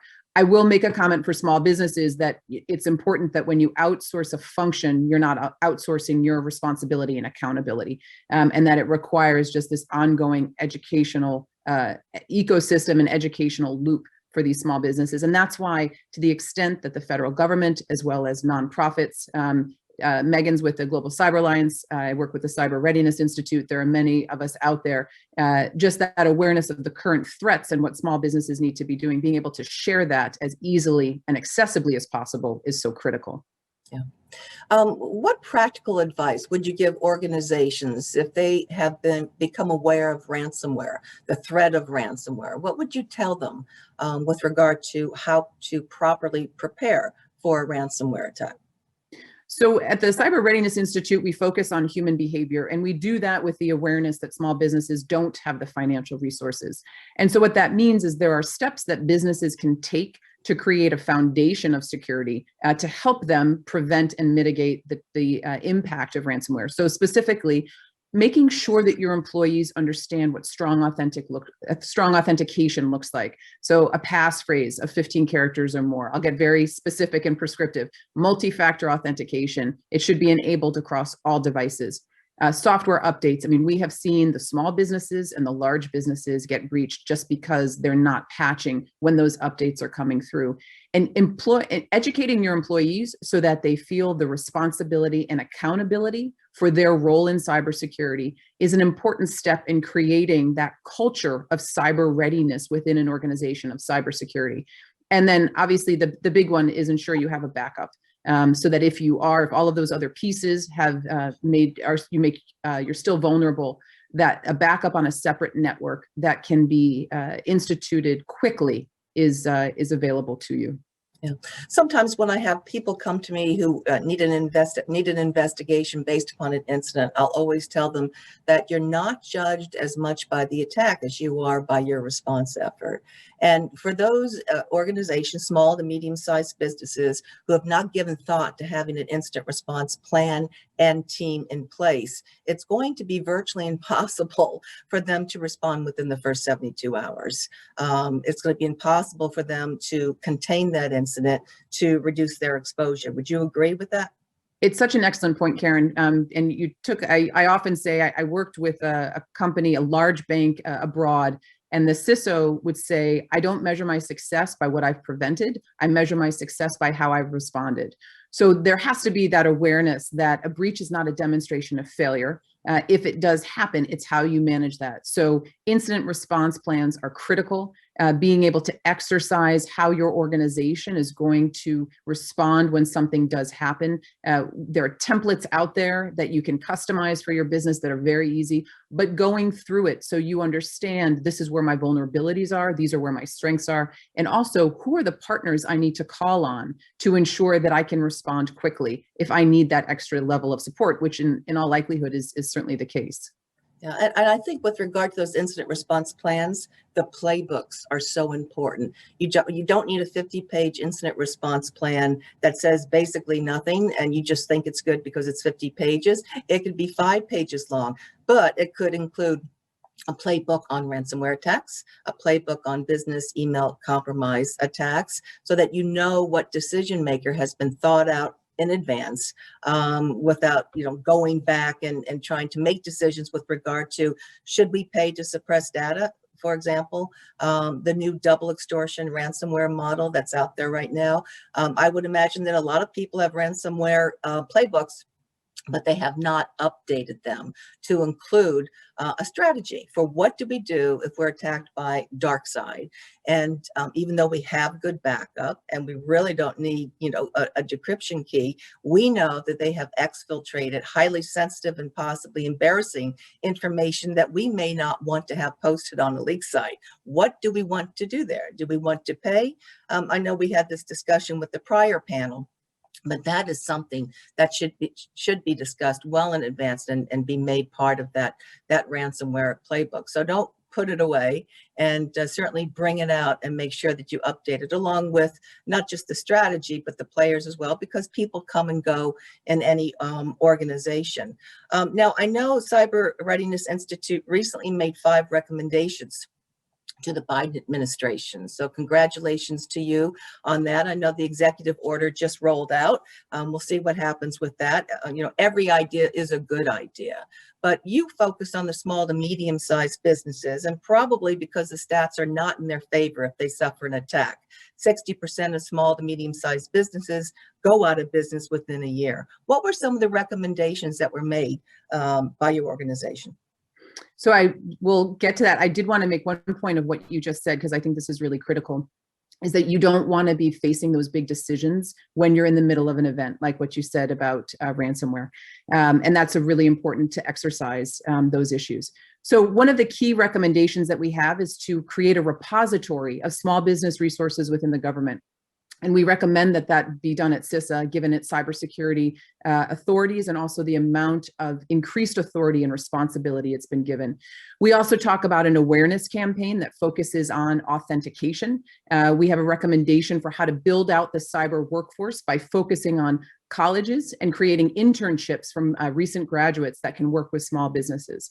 So these are some of the efforts in order to help small businesses become more cyber secure, but also really about creating that workforce and the strength in the workforce.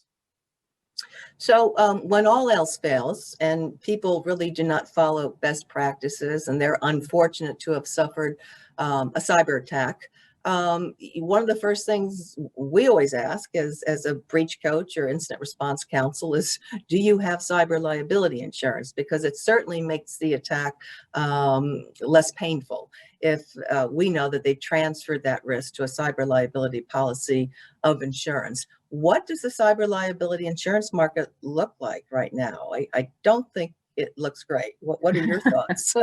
I think it's very challenging, and it's very challenging for small businesses because they have to understand what they're getting and what they're not getting. And we're continuing to look at how do we help to take the mystery out of this. There's certainly a lot of examples early on where businesses would have insurance and then they'd have a breach and it wouldn't be covered. But when you look at a business, if it doesn't have insurance, it's deemed negligent because it hasn't had that responsibility. I also think we have to look very closely at what the insurance market is doing for the ransomware market. We have evidence that malicious actors troll ransomware policies to determine where the large payouts are. So we've got to really be looking at how to make cyber insurance more accessible and practical for small businesses so that they're clear on what it covers, they're clear on what they need. And it doesn't have to be the holy grail all at once. This is a crawl, walk, run. But if we can get more businesses to manage their risk through insurance, that will certainly be more effective and help those businesses, those small businesses, become more resilient.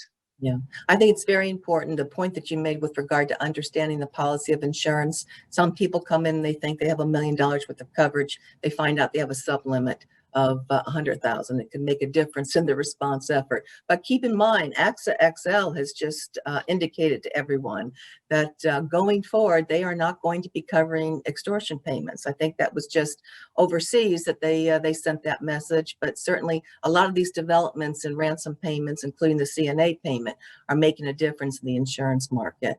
And I think AXA was attacked by ransomware after they made that claim. I mean, it is a malicious market. They were also in the tower that paid for the CNA ransom payment. So it's nice to be in the news. I think Vince is looking at me, telling me that I need to hand it back over to him. But Kirsten, thank you very much for your comments. Very well received. Very good information for anyone in small, medium business organization. So thank you very much. Vince, with that being said, I'll turn it over to you.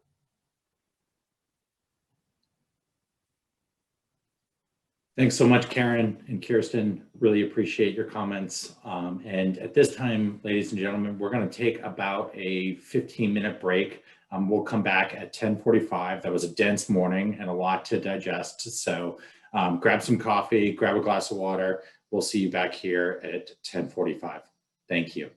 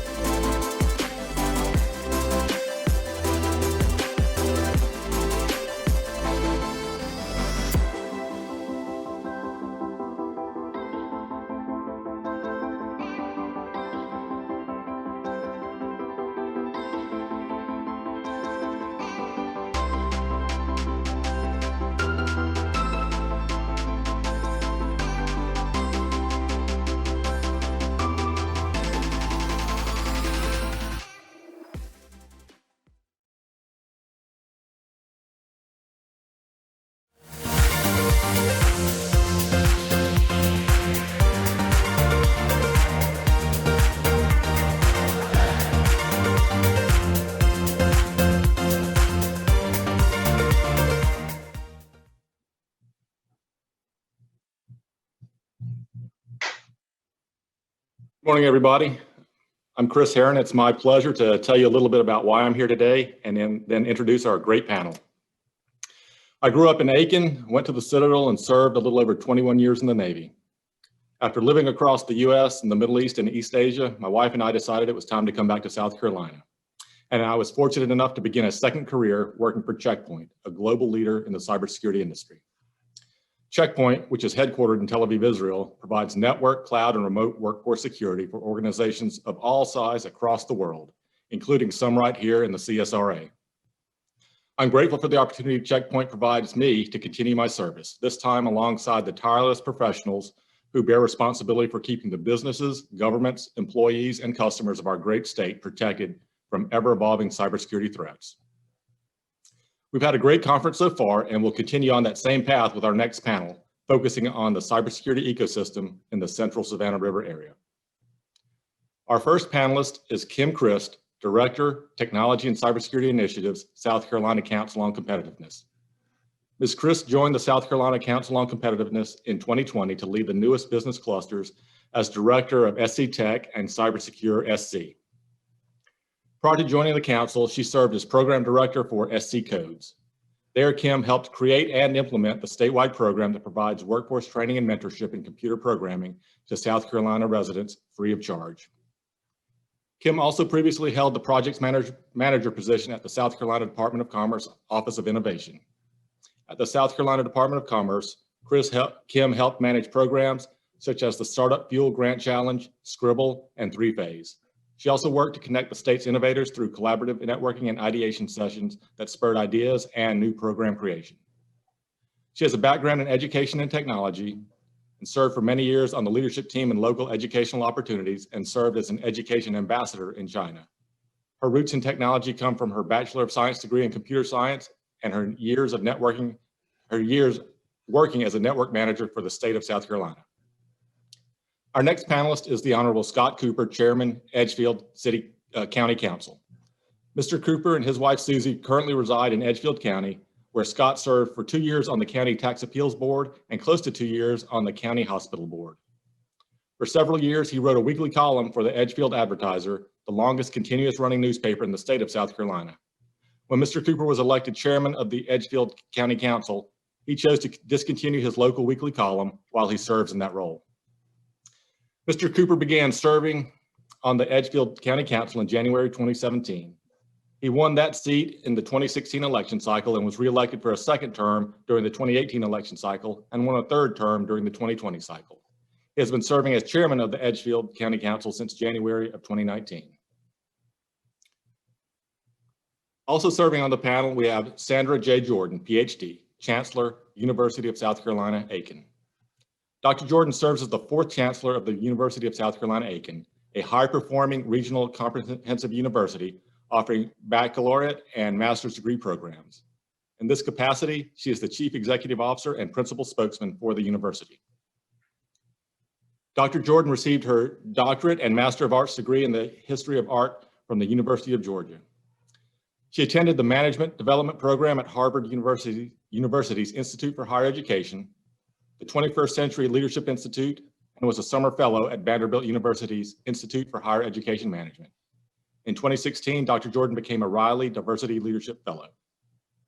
Since taking office, Chancellor Jordan built a solid network of community partners, aligned university programs with regional workforce needs, increased student enrollment, enhanced student diversity, completed the university's first capital campaign, and strengthened academic support programs so students are prepared to succeed as future leaders and engaged citizens. In addition to serving on numerous boards and executive teams for local, regional, and national organizations, Dr. Jordan was recently elected to the NCAA D2 President's Council, the Board of Directors for the American Association of Colleges and Universities, and the NCAA Board of Governors. In addition, she devotes time to mentoring cabinet-level professionals through the National American Academic Leadership Institute in Washington, D.C. Throughout her career, Dr. Jordan has worked extensively to expand international educational partnerships by negotiating agreements and building alliances with the universities in Europe, Asia, and the Middle East. Additionally, she has worked in partnership with regional business and industry to align USC Aiken's programs with their workforce needs.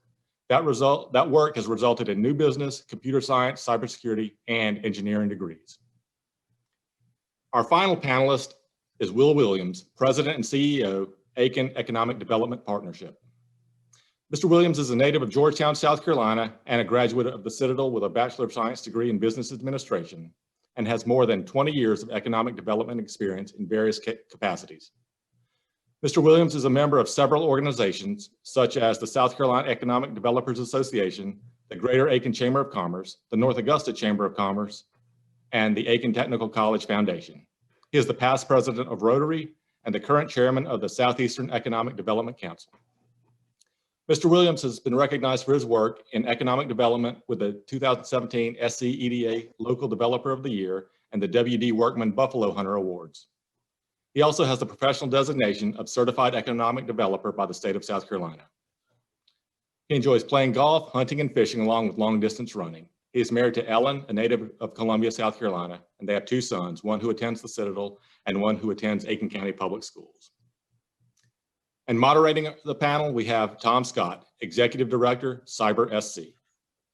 Mr. Scott is the Chief Information Security Officer at Synergy Partners, the largest privately owned tax credit incentive consulting processing company in the United States. He has been a key leader in cybersecurity education, cyber workforce development, and cyber protection efforts in both South Carolina and across the nation. Mr. Scott recently led the cybersecurity team at South Carolina's Medicaid agency, protecting the data and privacy of the state's most vulnerable citizens. In this role, he led a team managing a $5.2 million security compliance budget for an $8.8 billion enterprise. Prior to that, he completed a 2-year grant-funded project at the University of South Carolina, developing a cyber ecosystem within the Palmetto State. These efforts led to the development of the Cyber SC initiative, supporting both a cyber education-oriented foundation and corresponding professional trade association. With over 30 years of state government experience in Florida and South Carolina, Mr. Scott has developed a wealth of knowledge and experience in protecting state critical infrastructure and cyber assets. He currently holds certification in information security, information auditing, security leadership, critical infrastructure protection, and project management. And it's also recognized as a FEMA Continuity of Operations Planning practitioner. He is a former member of the Governor's Critical Infrastructure Cybersecurity Task Force, the Maritime Association of South Carolina Cybersecurity Committee, and also works closely with South Carolina Army National Guard and South Carolina State Guard cyber units. Mr. Scott is an active member of the FBI's InfraGuard program, having led the InfraGuard Members Alliance formation in Tallahassee and having served as its initial president. He recently served as Executive Vice President of the South Carolina InfraGuard chapter. He has participated in the federal information security community by serving as an elected member of the MS ISAC's Executive Committee, as well as participating in the NIST NICE Competitions Work Group and the NICE K-12 Conference Committee. He serves as the past president of the South Carolina ISACA chapter. In South Carolina, Mr. Scott participates as a member of industry advisory boards for the USC Integrated IT Program, ECPI Charleston, ECPI Columbia, Charleston Southern, Lexington Richland 5, Center for Advanced Technical Studies, and the Dutch Fork High School Cyber Program. He is committed to helping the legal community address cybersecurity by participating as a member of the USC School of Law Cybersecurity Task Force. In his community, he is working actively as a volunteer and soccer referee for various youth groups.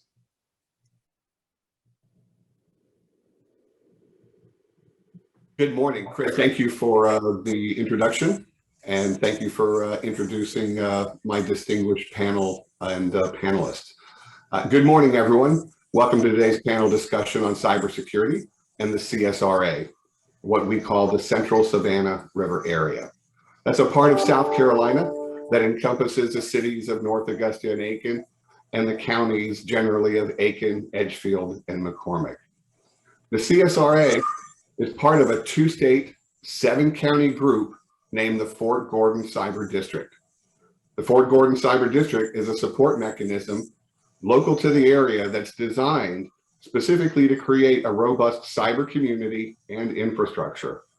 This is all being done, and I might say it's being done successfully, to support the recent move of U.S. Army Cyber Command to Fort Gordon, right across the river in Augusta, Georgia. These efforts are led in large by my colleague, Dr. Tom Clark, and this group has played an incredible part in telling the Cyber District story. So with that, let me turn to my first panelist, Mr. Will Williams, and ask Will a question specifically. Will, we know that the Fort Gordon Cyber District encompasses areas that you have direct responsibility for in terms of economic development. What can you tell us about that relationship, how it's developed, and where you see it going in the future? Thanks, Tom. I appreciate the opportunity to be on this panel. You know, the Alliance has certainly been a conduit for us to be able to pass information out to our educational partners all the way from the K through 12 system all the way up to our 4-year and 2-year institutions that exist, Aiken Tech and USC Aiken. And that relationship has continued to grow, and it's provided us the opportunity, from my standpoint as an industrial recruiter primarily, it has helped me grow my knowledge base because cyber is such a broad topic. But certainly it has enhanced the region, and we continue to work closely on both sides of the river so that we can make this area a circle of success rather than a semicircle of success. Okay, Will, as you talk about relationships and partnerships to create that entire circle of success, let me turn and ask Dr. Jordan, as the leader of the primary institution of higher education in that area, how might institutions like yours, Dr. Jordan, build greater partnerships in terms of cyber education? And then if you can specifically talk about what has been effective for you and USC Aiken? Thank you, Tom. And Tom, thank you so much for all the work you're doing in cybersecurity in the state of South Carolina. I think partnerships are absolutely critical to the realm of cybersecurity. Without them, as we heard our former panelists, sometimes organizations feel like they are isolated from the best possible solutions. So we began our partnerships really by undertaking invitations to members of business and industry, to military units nearby, to the folks at the National Laboratory, Savannah River National Laboratory. We reached out to Unisys, to federal agencies as well. They mentioned the FBI in your introduction. We had a connection there for cyber at that level. We reached out to other institutions and also to SANS Technology Institute in order to invite them to be part of our curriculum development. You know, what I have found is business and industry and government agencies are very, very excited when universities invite them in to help shape the curriculum that's going to be producing the workforce that they want to hire in the future. You know, those discussions created an opportunity to build relationships and to form partnerships and to even find where there was synergy between what we wanted to accomplish and what they are interested in accomplishing and doing as businesses, industries, the national lab, and so forth. So our connectivity moved very directly to the National Laboratory, where we have formed a number of alliances, but also with the National Guard, who has the 105th National Guard Cyber Unit here in South Carolina. And those have continued to develop to the point where we're creating a little environment here of cybersecurity around the institution, the National Labs Advanced Manufacturing Collaborative, which will be built on the campus, and also the Dreamport for the National Guard, which will be built on the campus as well. It's important that our connectivity move in other directions, so it moves laterally to other universities.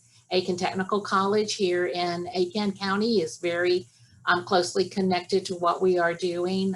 We share our curriculum and our plans. We talk a lot so that students can find a pathway from the technical colleges into our baccalaureate degree.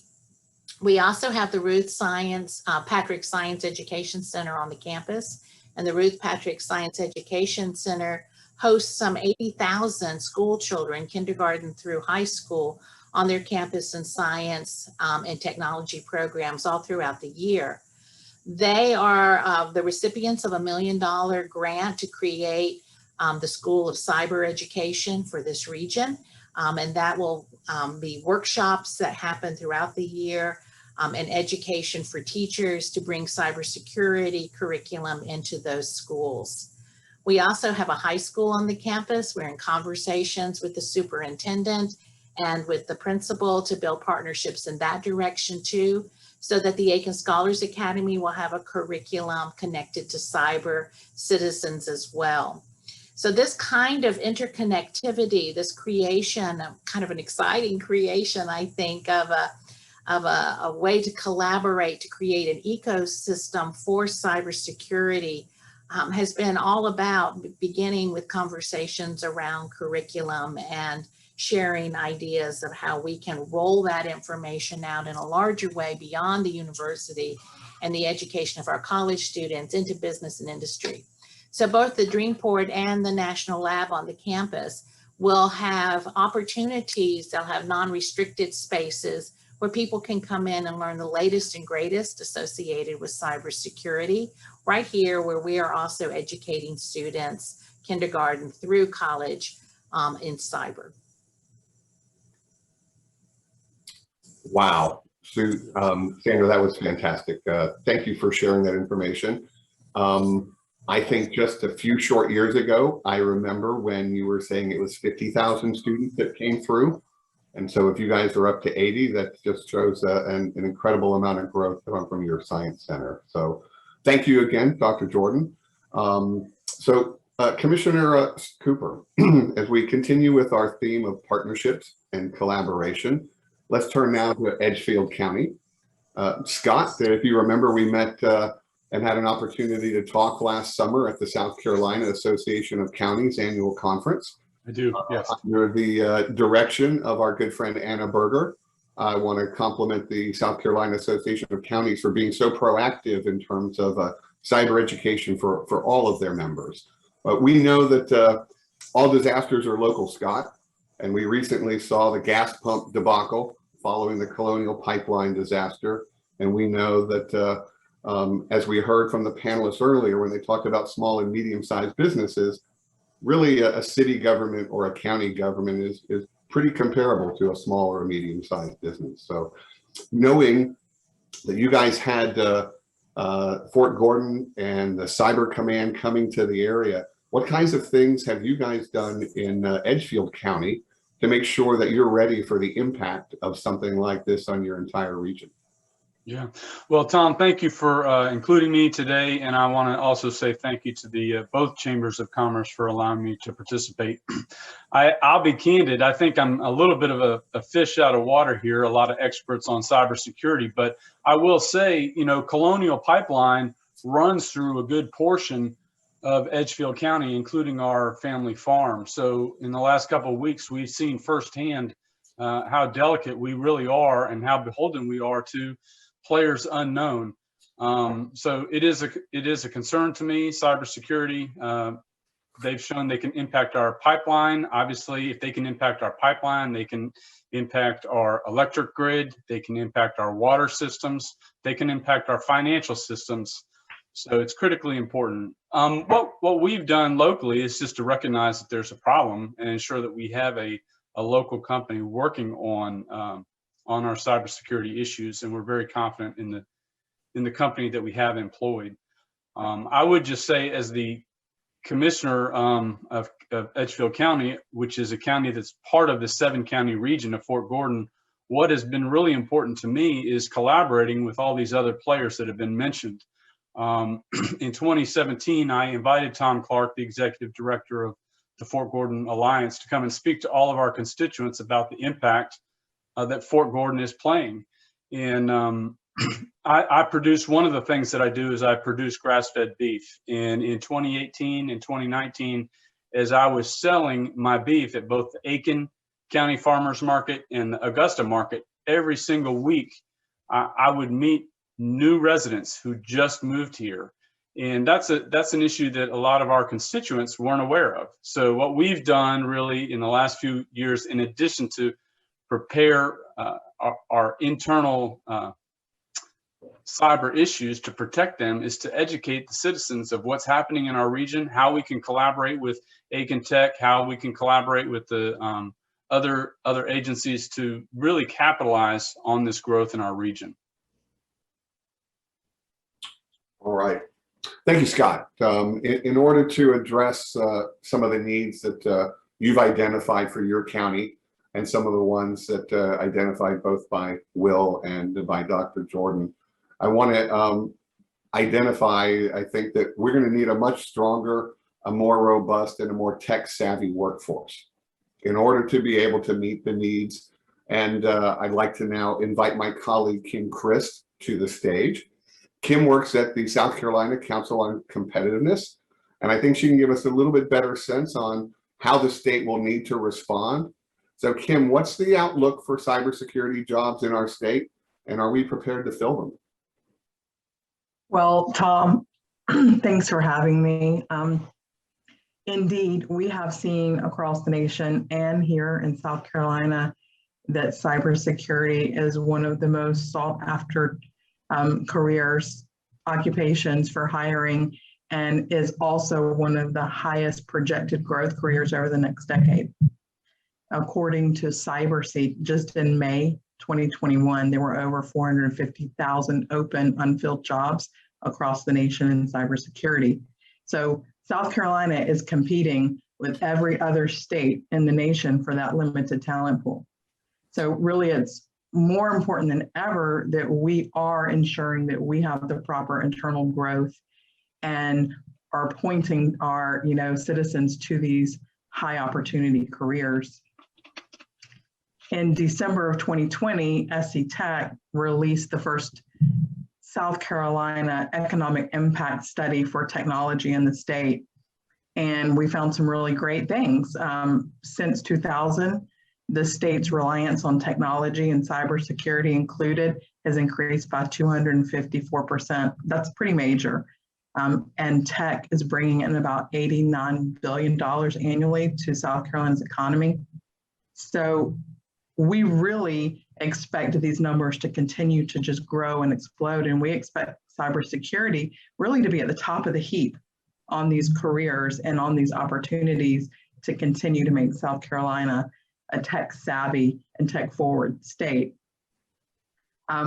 Dr. Jordan mentioned some amazing educational opportunities that are happening in the CSRA. And those are exactly the type of opportunities and programs that we are going to have to, really implement to make South Carolina competitive. So those are super exciting to hear about and to see happening in our state as we do take the opportunity of the Dreamport and of Fort Gordon and all of that investment in cyber here in South Carolina. So when we're thinking about cybersecurity as a job set, though, we have to think about it as a career set and not just one career. Cybersecurity isn't just one job. It deals with data, it deals with securing the data, the equipment, regulation, assessment of cyber, and of course, the response to those inevitable breaches, because cybersecurity is always a game. We're chasing those breaches, those people that are completing those attacks against our ecosystem, our infrastructure here. As Mr. Cooper pointed out, we absolutely have the opportunity to secure our infrastructure in the state and not have things like the Colonial Pipeline happen again or happen in our borders. But to do that, we really have to start taking on this challenge of encouraging our K-12 students to pursue this as a career. This has to be something that is in the forefront of the minds of our educators as students are looking for opportunities to live and prosper here within South Carolina and the CSRA. So programs like that were discussed earlier that create the opportunity for these paths are amazing. They're what we need to be doing. really making sure those degrees and even alternative pathways like certificates and apprenticeships exist into these careers. Kim, thank you. I was going to ask you a follow-up question to that, but you just took me down a tangent. I'm going to go ahead and jump to Dr. Jordan. So, Dr. Jordan, as Kim talks about the needs for education, and I think what really caused me to go off of script here was really the comment about being flexible and the multiple pathways, because you're right, whether it's not only degrees, but certificates and other pieces and parts there. So Dr. Jordan, it's clear, we've already identified there are multiple pathways into this type of work.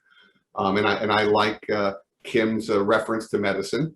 I like to say, you know, cybersecurity is as diverse as medicine, and you really don't want your toe doctor working on your brain any more than you want your brain doctor working on your toe. And so you've got to make sure you have the right specialist when you're doing those things. Dr. Jordan, what kind of ways can we make programs more flexible? That's a great question. I really appreciated Kim's comments. You know, we're a university, so of course we have a university program, a baccalaureate, a bachelor's of science degree, but that is not the only pathway, and we recognize that. Our particular degree program, we are taking as an interdisciplinary approach, because as we speak to folks at the federal level about cybersecurity, they have told us we would love to have more liberal arts trained individuals who understand politics and understand psychology and understand global events and so forth, to work at the federal level in order to protect the United States. But we believe in a sort of an interdisciplinary approach anyway at an institution. So we are looking at both computer science and programming, law and policy, business, even psychology, and terrorist studies. So all of those things help to create a student who graduates who can move on various paths. We also are building a great deal of real world application into this program, so that we require our students to do internships every summer in order to pick up the real world application and for themselves to make a decision about which pathway they want to follow, since there's so many options in cybersecurity. We are really excited about the Dreamport, our connectivity with Fort Gordon and with the National Lab, because that's going to give us access to the latest and greatest technologies and information that's out there that is available in a non-secure form, world for our students to come in contact with. One of the things I'm really excited about, Tom, is our collaboration with SANS. The SANS has an applied certification program that I think Kim is well aware of. And each one of our students will actually graduate with 3 SANS applied cybersecurity certificates in addition to their baccalaureate program.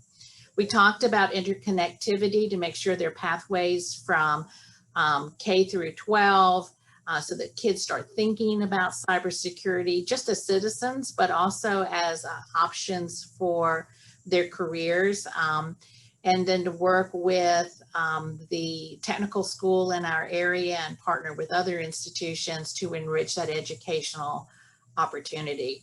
So there's digital forensics in the program, there's incident response that Kim mentioned, there's malware analysis, coding for a baccalaureate. I think if you do some of the certificate programs and entry-level jobs don't require coding, but we're requiring coding. In this baccalaureate program, there's information assurance, and there's also information technology, all built within the baccalaureate degree, expanded upon in the internships, and then applied in the SANS certificates. Fantastic.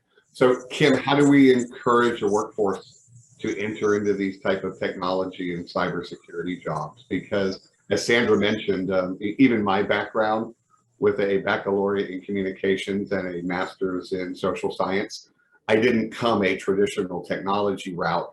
but I don't think that makes me any less of a cybersecurity professional. How do we encourage that workforce to be able to enter into these jobs? I think that what you just said is a great point, right? We have to, and I'm going to dwell a little bit here on K-12. We have to, absolutely have to start with those students as young as possible and introducing this as a potential career.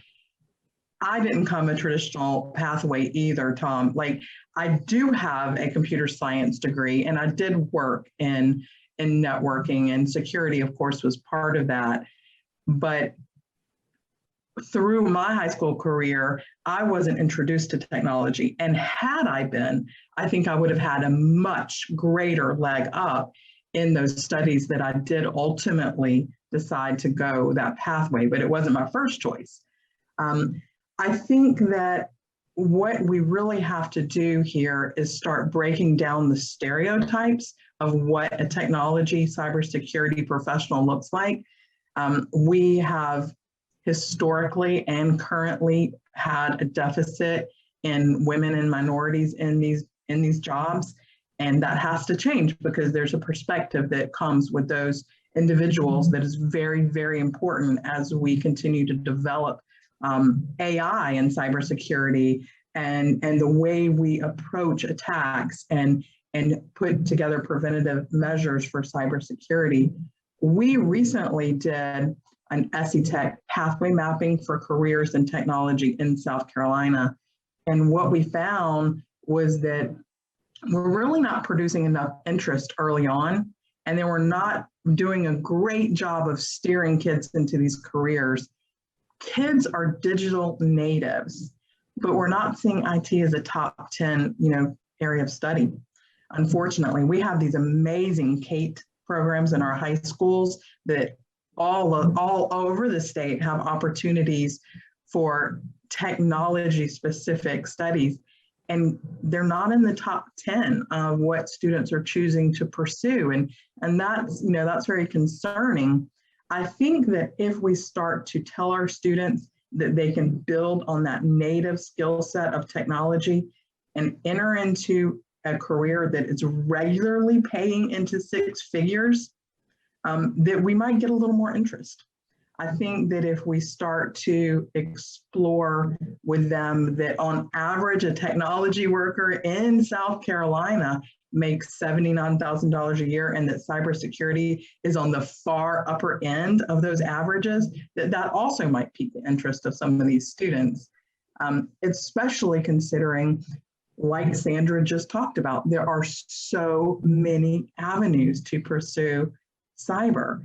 And some students may not be interested in the pure coding, programming, networking aspect, but digital forensics, that sounds really exciting, right? So we have to start exploring what the opportunities are, preparing our students even younger, breaking down the stereotypes of what a technology worker looks like, and then expanding the opportunities for our students to go in certificate programs, just like what Sandra was talking about. We need that statewide. And then the other thing is South Carolina was really forward thinking in requiring the computer science graduation requirement credit. But what I would like to see is for that curriculum to be standardized and expanded to include things like cyber, AI, emerging technologies, so our students aren't just learning Scratch, or they're not just learning the basics of computer science, but they're learning marketable, career-ready skills in high school so that when they go into college, they're just ahead of the curve. Thank you, Kim. As a matter of fact, I do know that South Carolina's Department of Education is continually seeking input from industry and others as they build out their curriculum. I've had an opportunity in the past to sit on a panel or two and help drive some of the things like cyber forensics. And as another aside, I sit as a chairman or a chair on the board for the Dutch Fork CATE Center.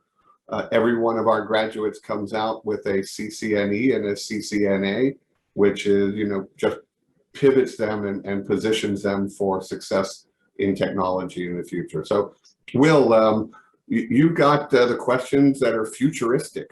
So I'm asking you to pull out your crystal ball here. And I know you've got a lot of assets in your area. You've got between the institutions of higher education, between National Laboratory, a pretty strong local Aiken County public school system as well, of which you mentioned you've got a son in the school system. So do you see your area being in the future like a research triangle in North Carolina? Maybe more like a Oak Ridge National Laboratory in Tennessee, or maybe just something completely unique to South Carolina? What's the future hold for your area? That's a great question, and I'm really excited because that youngest son, he is interested in this type of field. But I see our area kind of as a hybrid. We're able to be bookend, if you will, between two different entities who are both critical components to the security of our country. And those are very high technology jobs to be able to do that. I think as we continue to leverage those two assets, and Dr. Jordan has done a fantastic job of building relationships and getting things from an educational standpoint that will get the workforce prepared, because when you boil it down, workforce is the key ingredient to any type of economic development opportunity.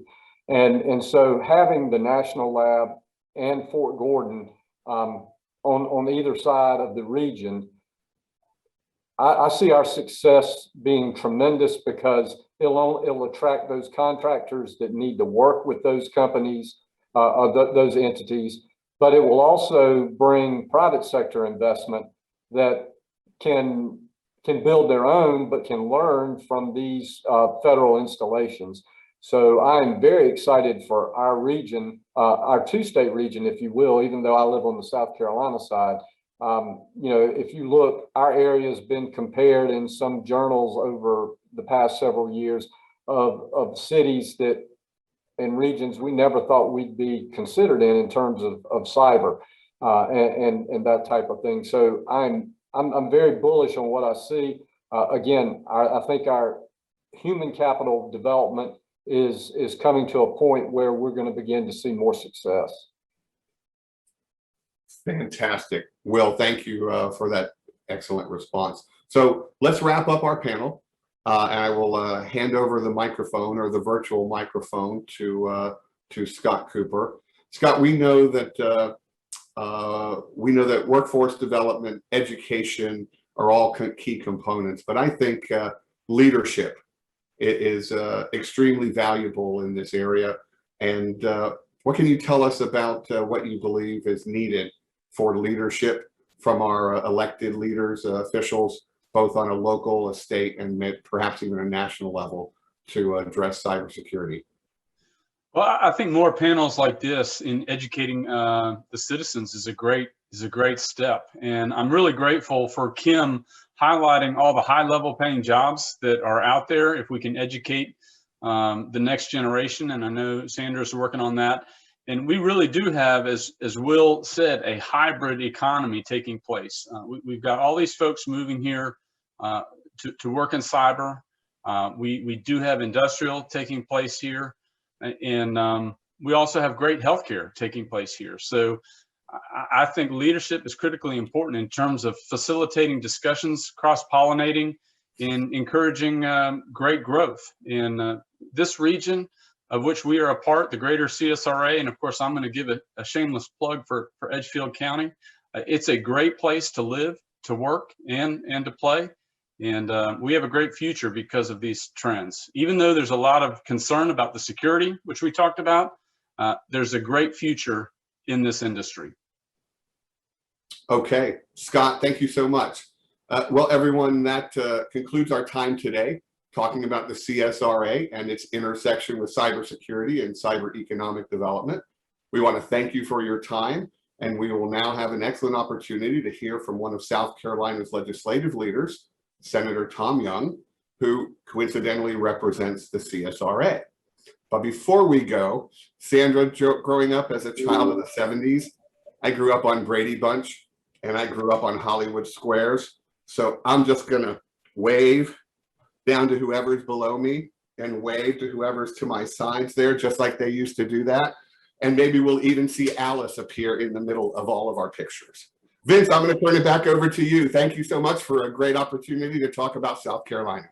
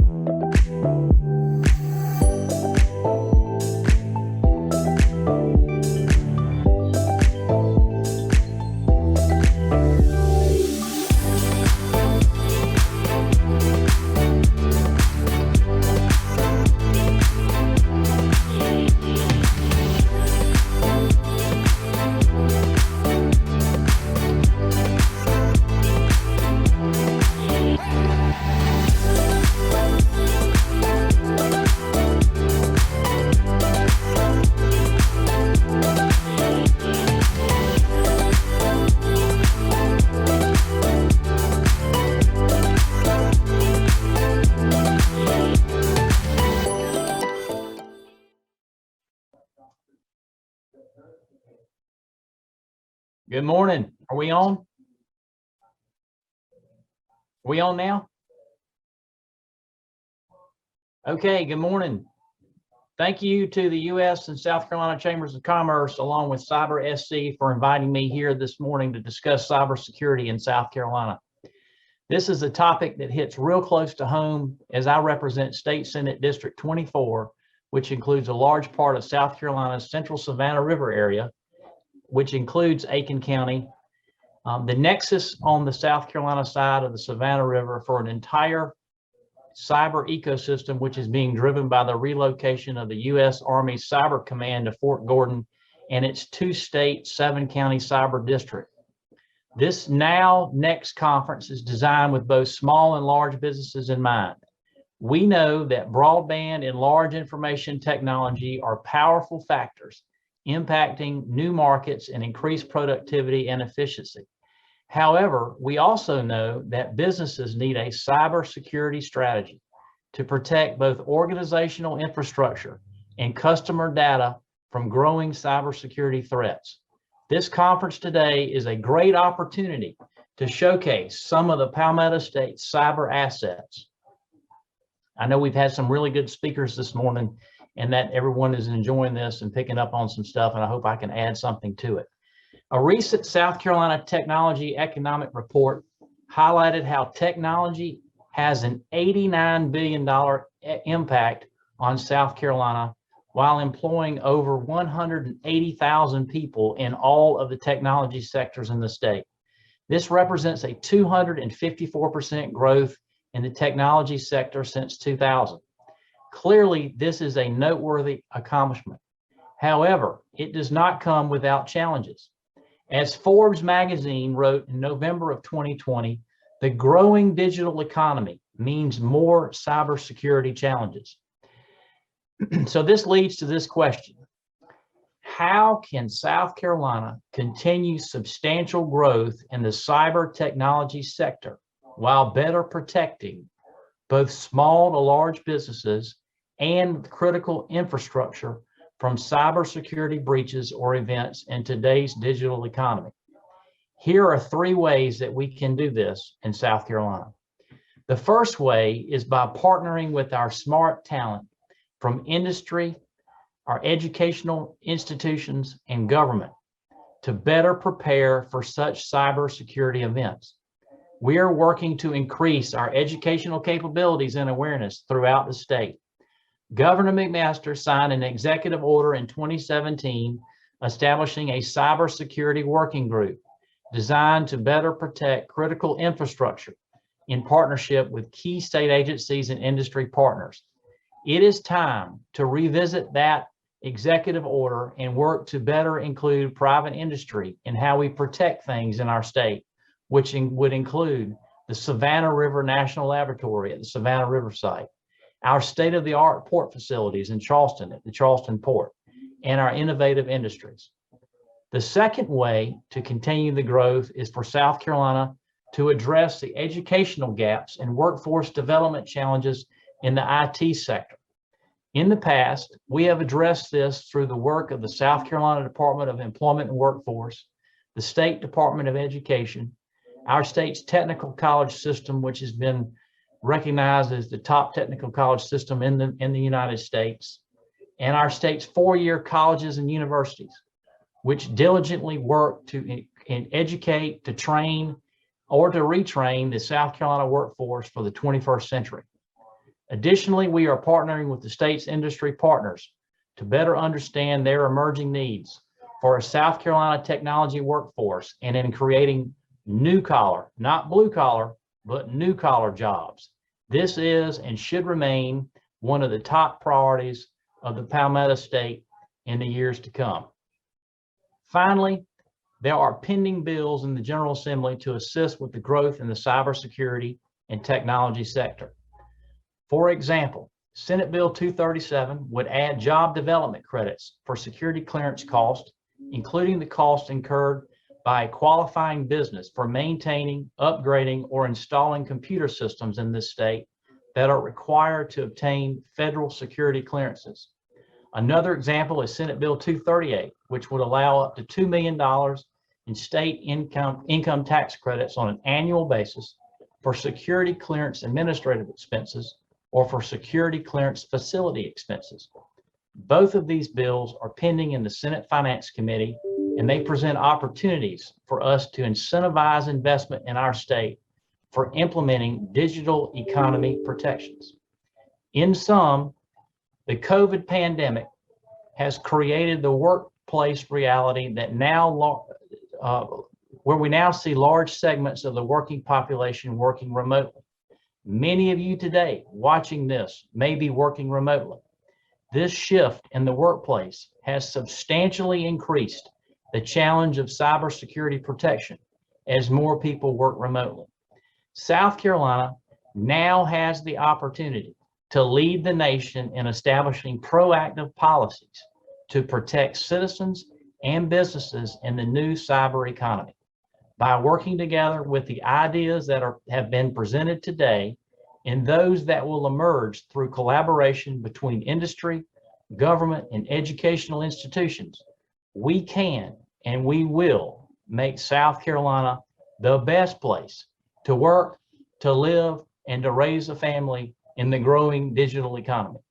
Thank you again for allowing me to participate, and I'm glad to take any questions.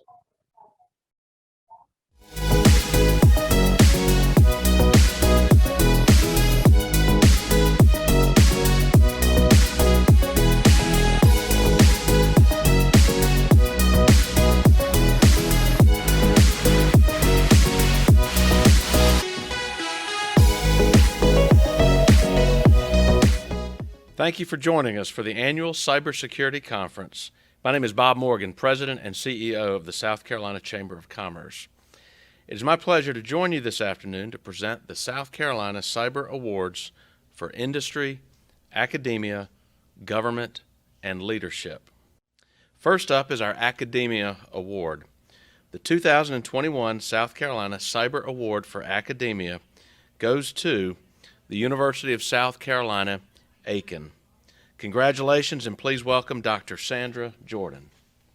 Congratulations. Thank you so very much. It is such an honor to receive this award on behalf of the University of South Carolina, Aiken.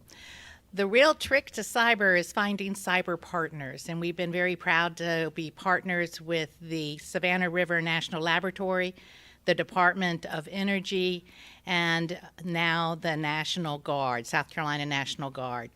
The way we've been thinking about this is how do we as educators contribute to the workforce here in South Carolina of well-trained individuals in the cyber arena.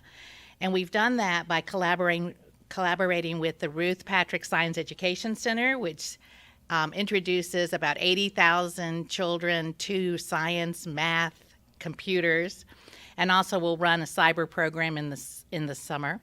We've done it by partnering with the National Laboratory and helping them to find the location for the Dreamport and the AMC, the Advanced Manufacturing Collaborative.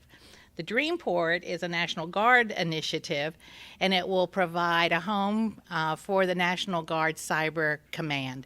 So all together there, we have a high school that's now on the campus with a cyber curriculum, the Ruth Patrick Science Education Center with a cyber curriculum, the university with a cyber program with 3 SANS certificates embedded in it, and then industry, business, and government all around us participating in developing these students. We're so thrilled to receive this award. Thank you. Great. Thank you, and again, congratulations. Our next award goes to a government entity that has shown excellence in the cybersecurity space. This year, the 2021 South Carolina Cyber Award for Government goes to the South Carolina Elections Commission. We'd like to welcome Howard Knapp, Brian Leach, and Chris Whitmire to accept this award. Thank you. Congratulations. Thank you. My name is Howard Knapp. I'm the Director of Voter Services for the State Election Commission.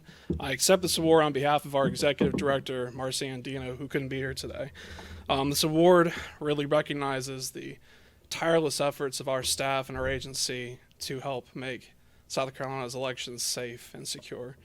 A special thank you to the Governor's Office, the members and leadership of the South Carolina General Assembly, Department of Homeland Security, Department of Administration, and SLED, and some of our other government and private security partners to help support our agency and our mission.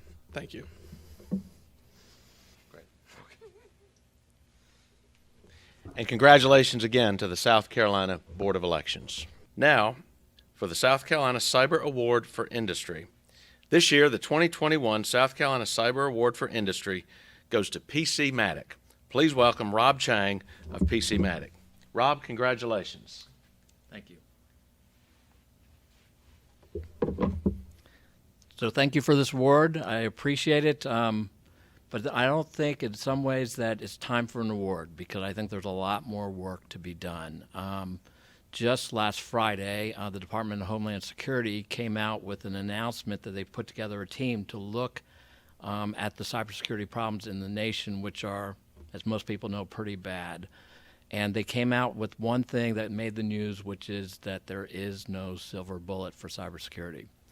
And my goal is to say there is a silver bullet, and that is our focus on prevention. Right now, the federal government is focused a lot on offense, a little bit on reaction, and industry is focused on reaction, and there is a solution, and that is prevention. I'd say that cybersecurity is actually much more simple than people make it out to be. Really, cybersecurity is 2 things. You either want people, you want to try to keep people out of the network you don't want, and software out of the network you don't want. And really, to keep software out of the network that you don't want, that's what our product does. That is what the difference between a whitelist and a blacklist. Our product is a whitelist security, and it's a layer of security that I think every organization should have. And then people out of the network, that really has to do with passwords, as we all know, and we're all using single-factor authentication. And so one solution is multi-factor authentication, but another preventive measure would be to not let employees choose their passwords. And so these are messages, they're very simple to get out, and our work is just starting, but I really appreciate this award and the recognition. So thank you very much. Congratulations. Welcome to our cyber conference. It's my humble honor and privilege today to present an award on behalf of Cyber SC and the South Carolina Chamber of Commerce.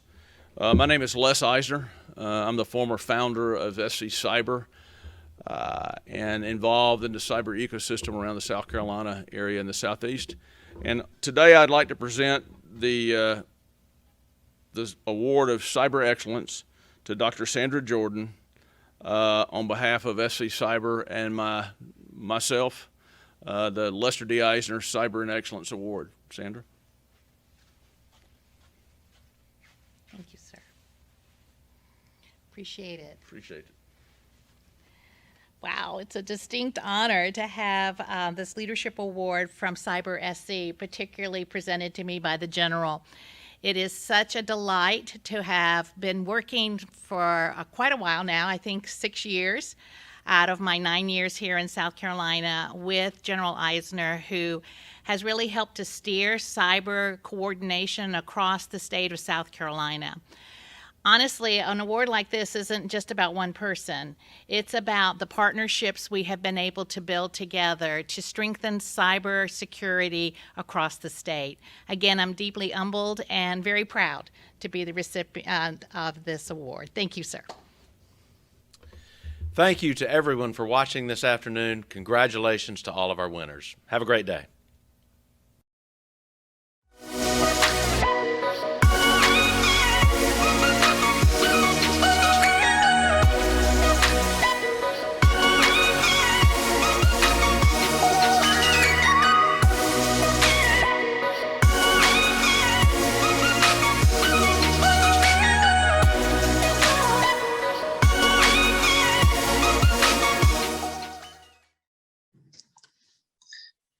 So as we wrap up today's event, I want to observe how impressed I am with everybody's time and attention around this important subject.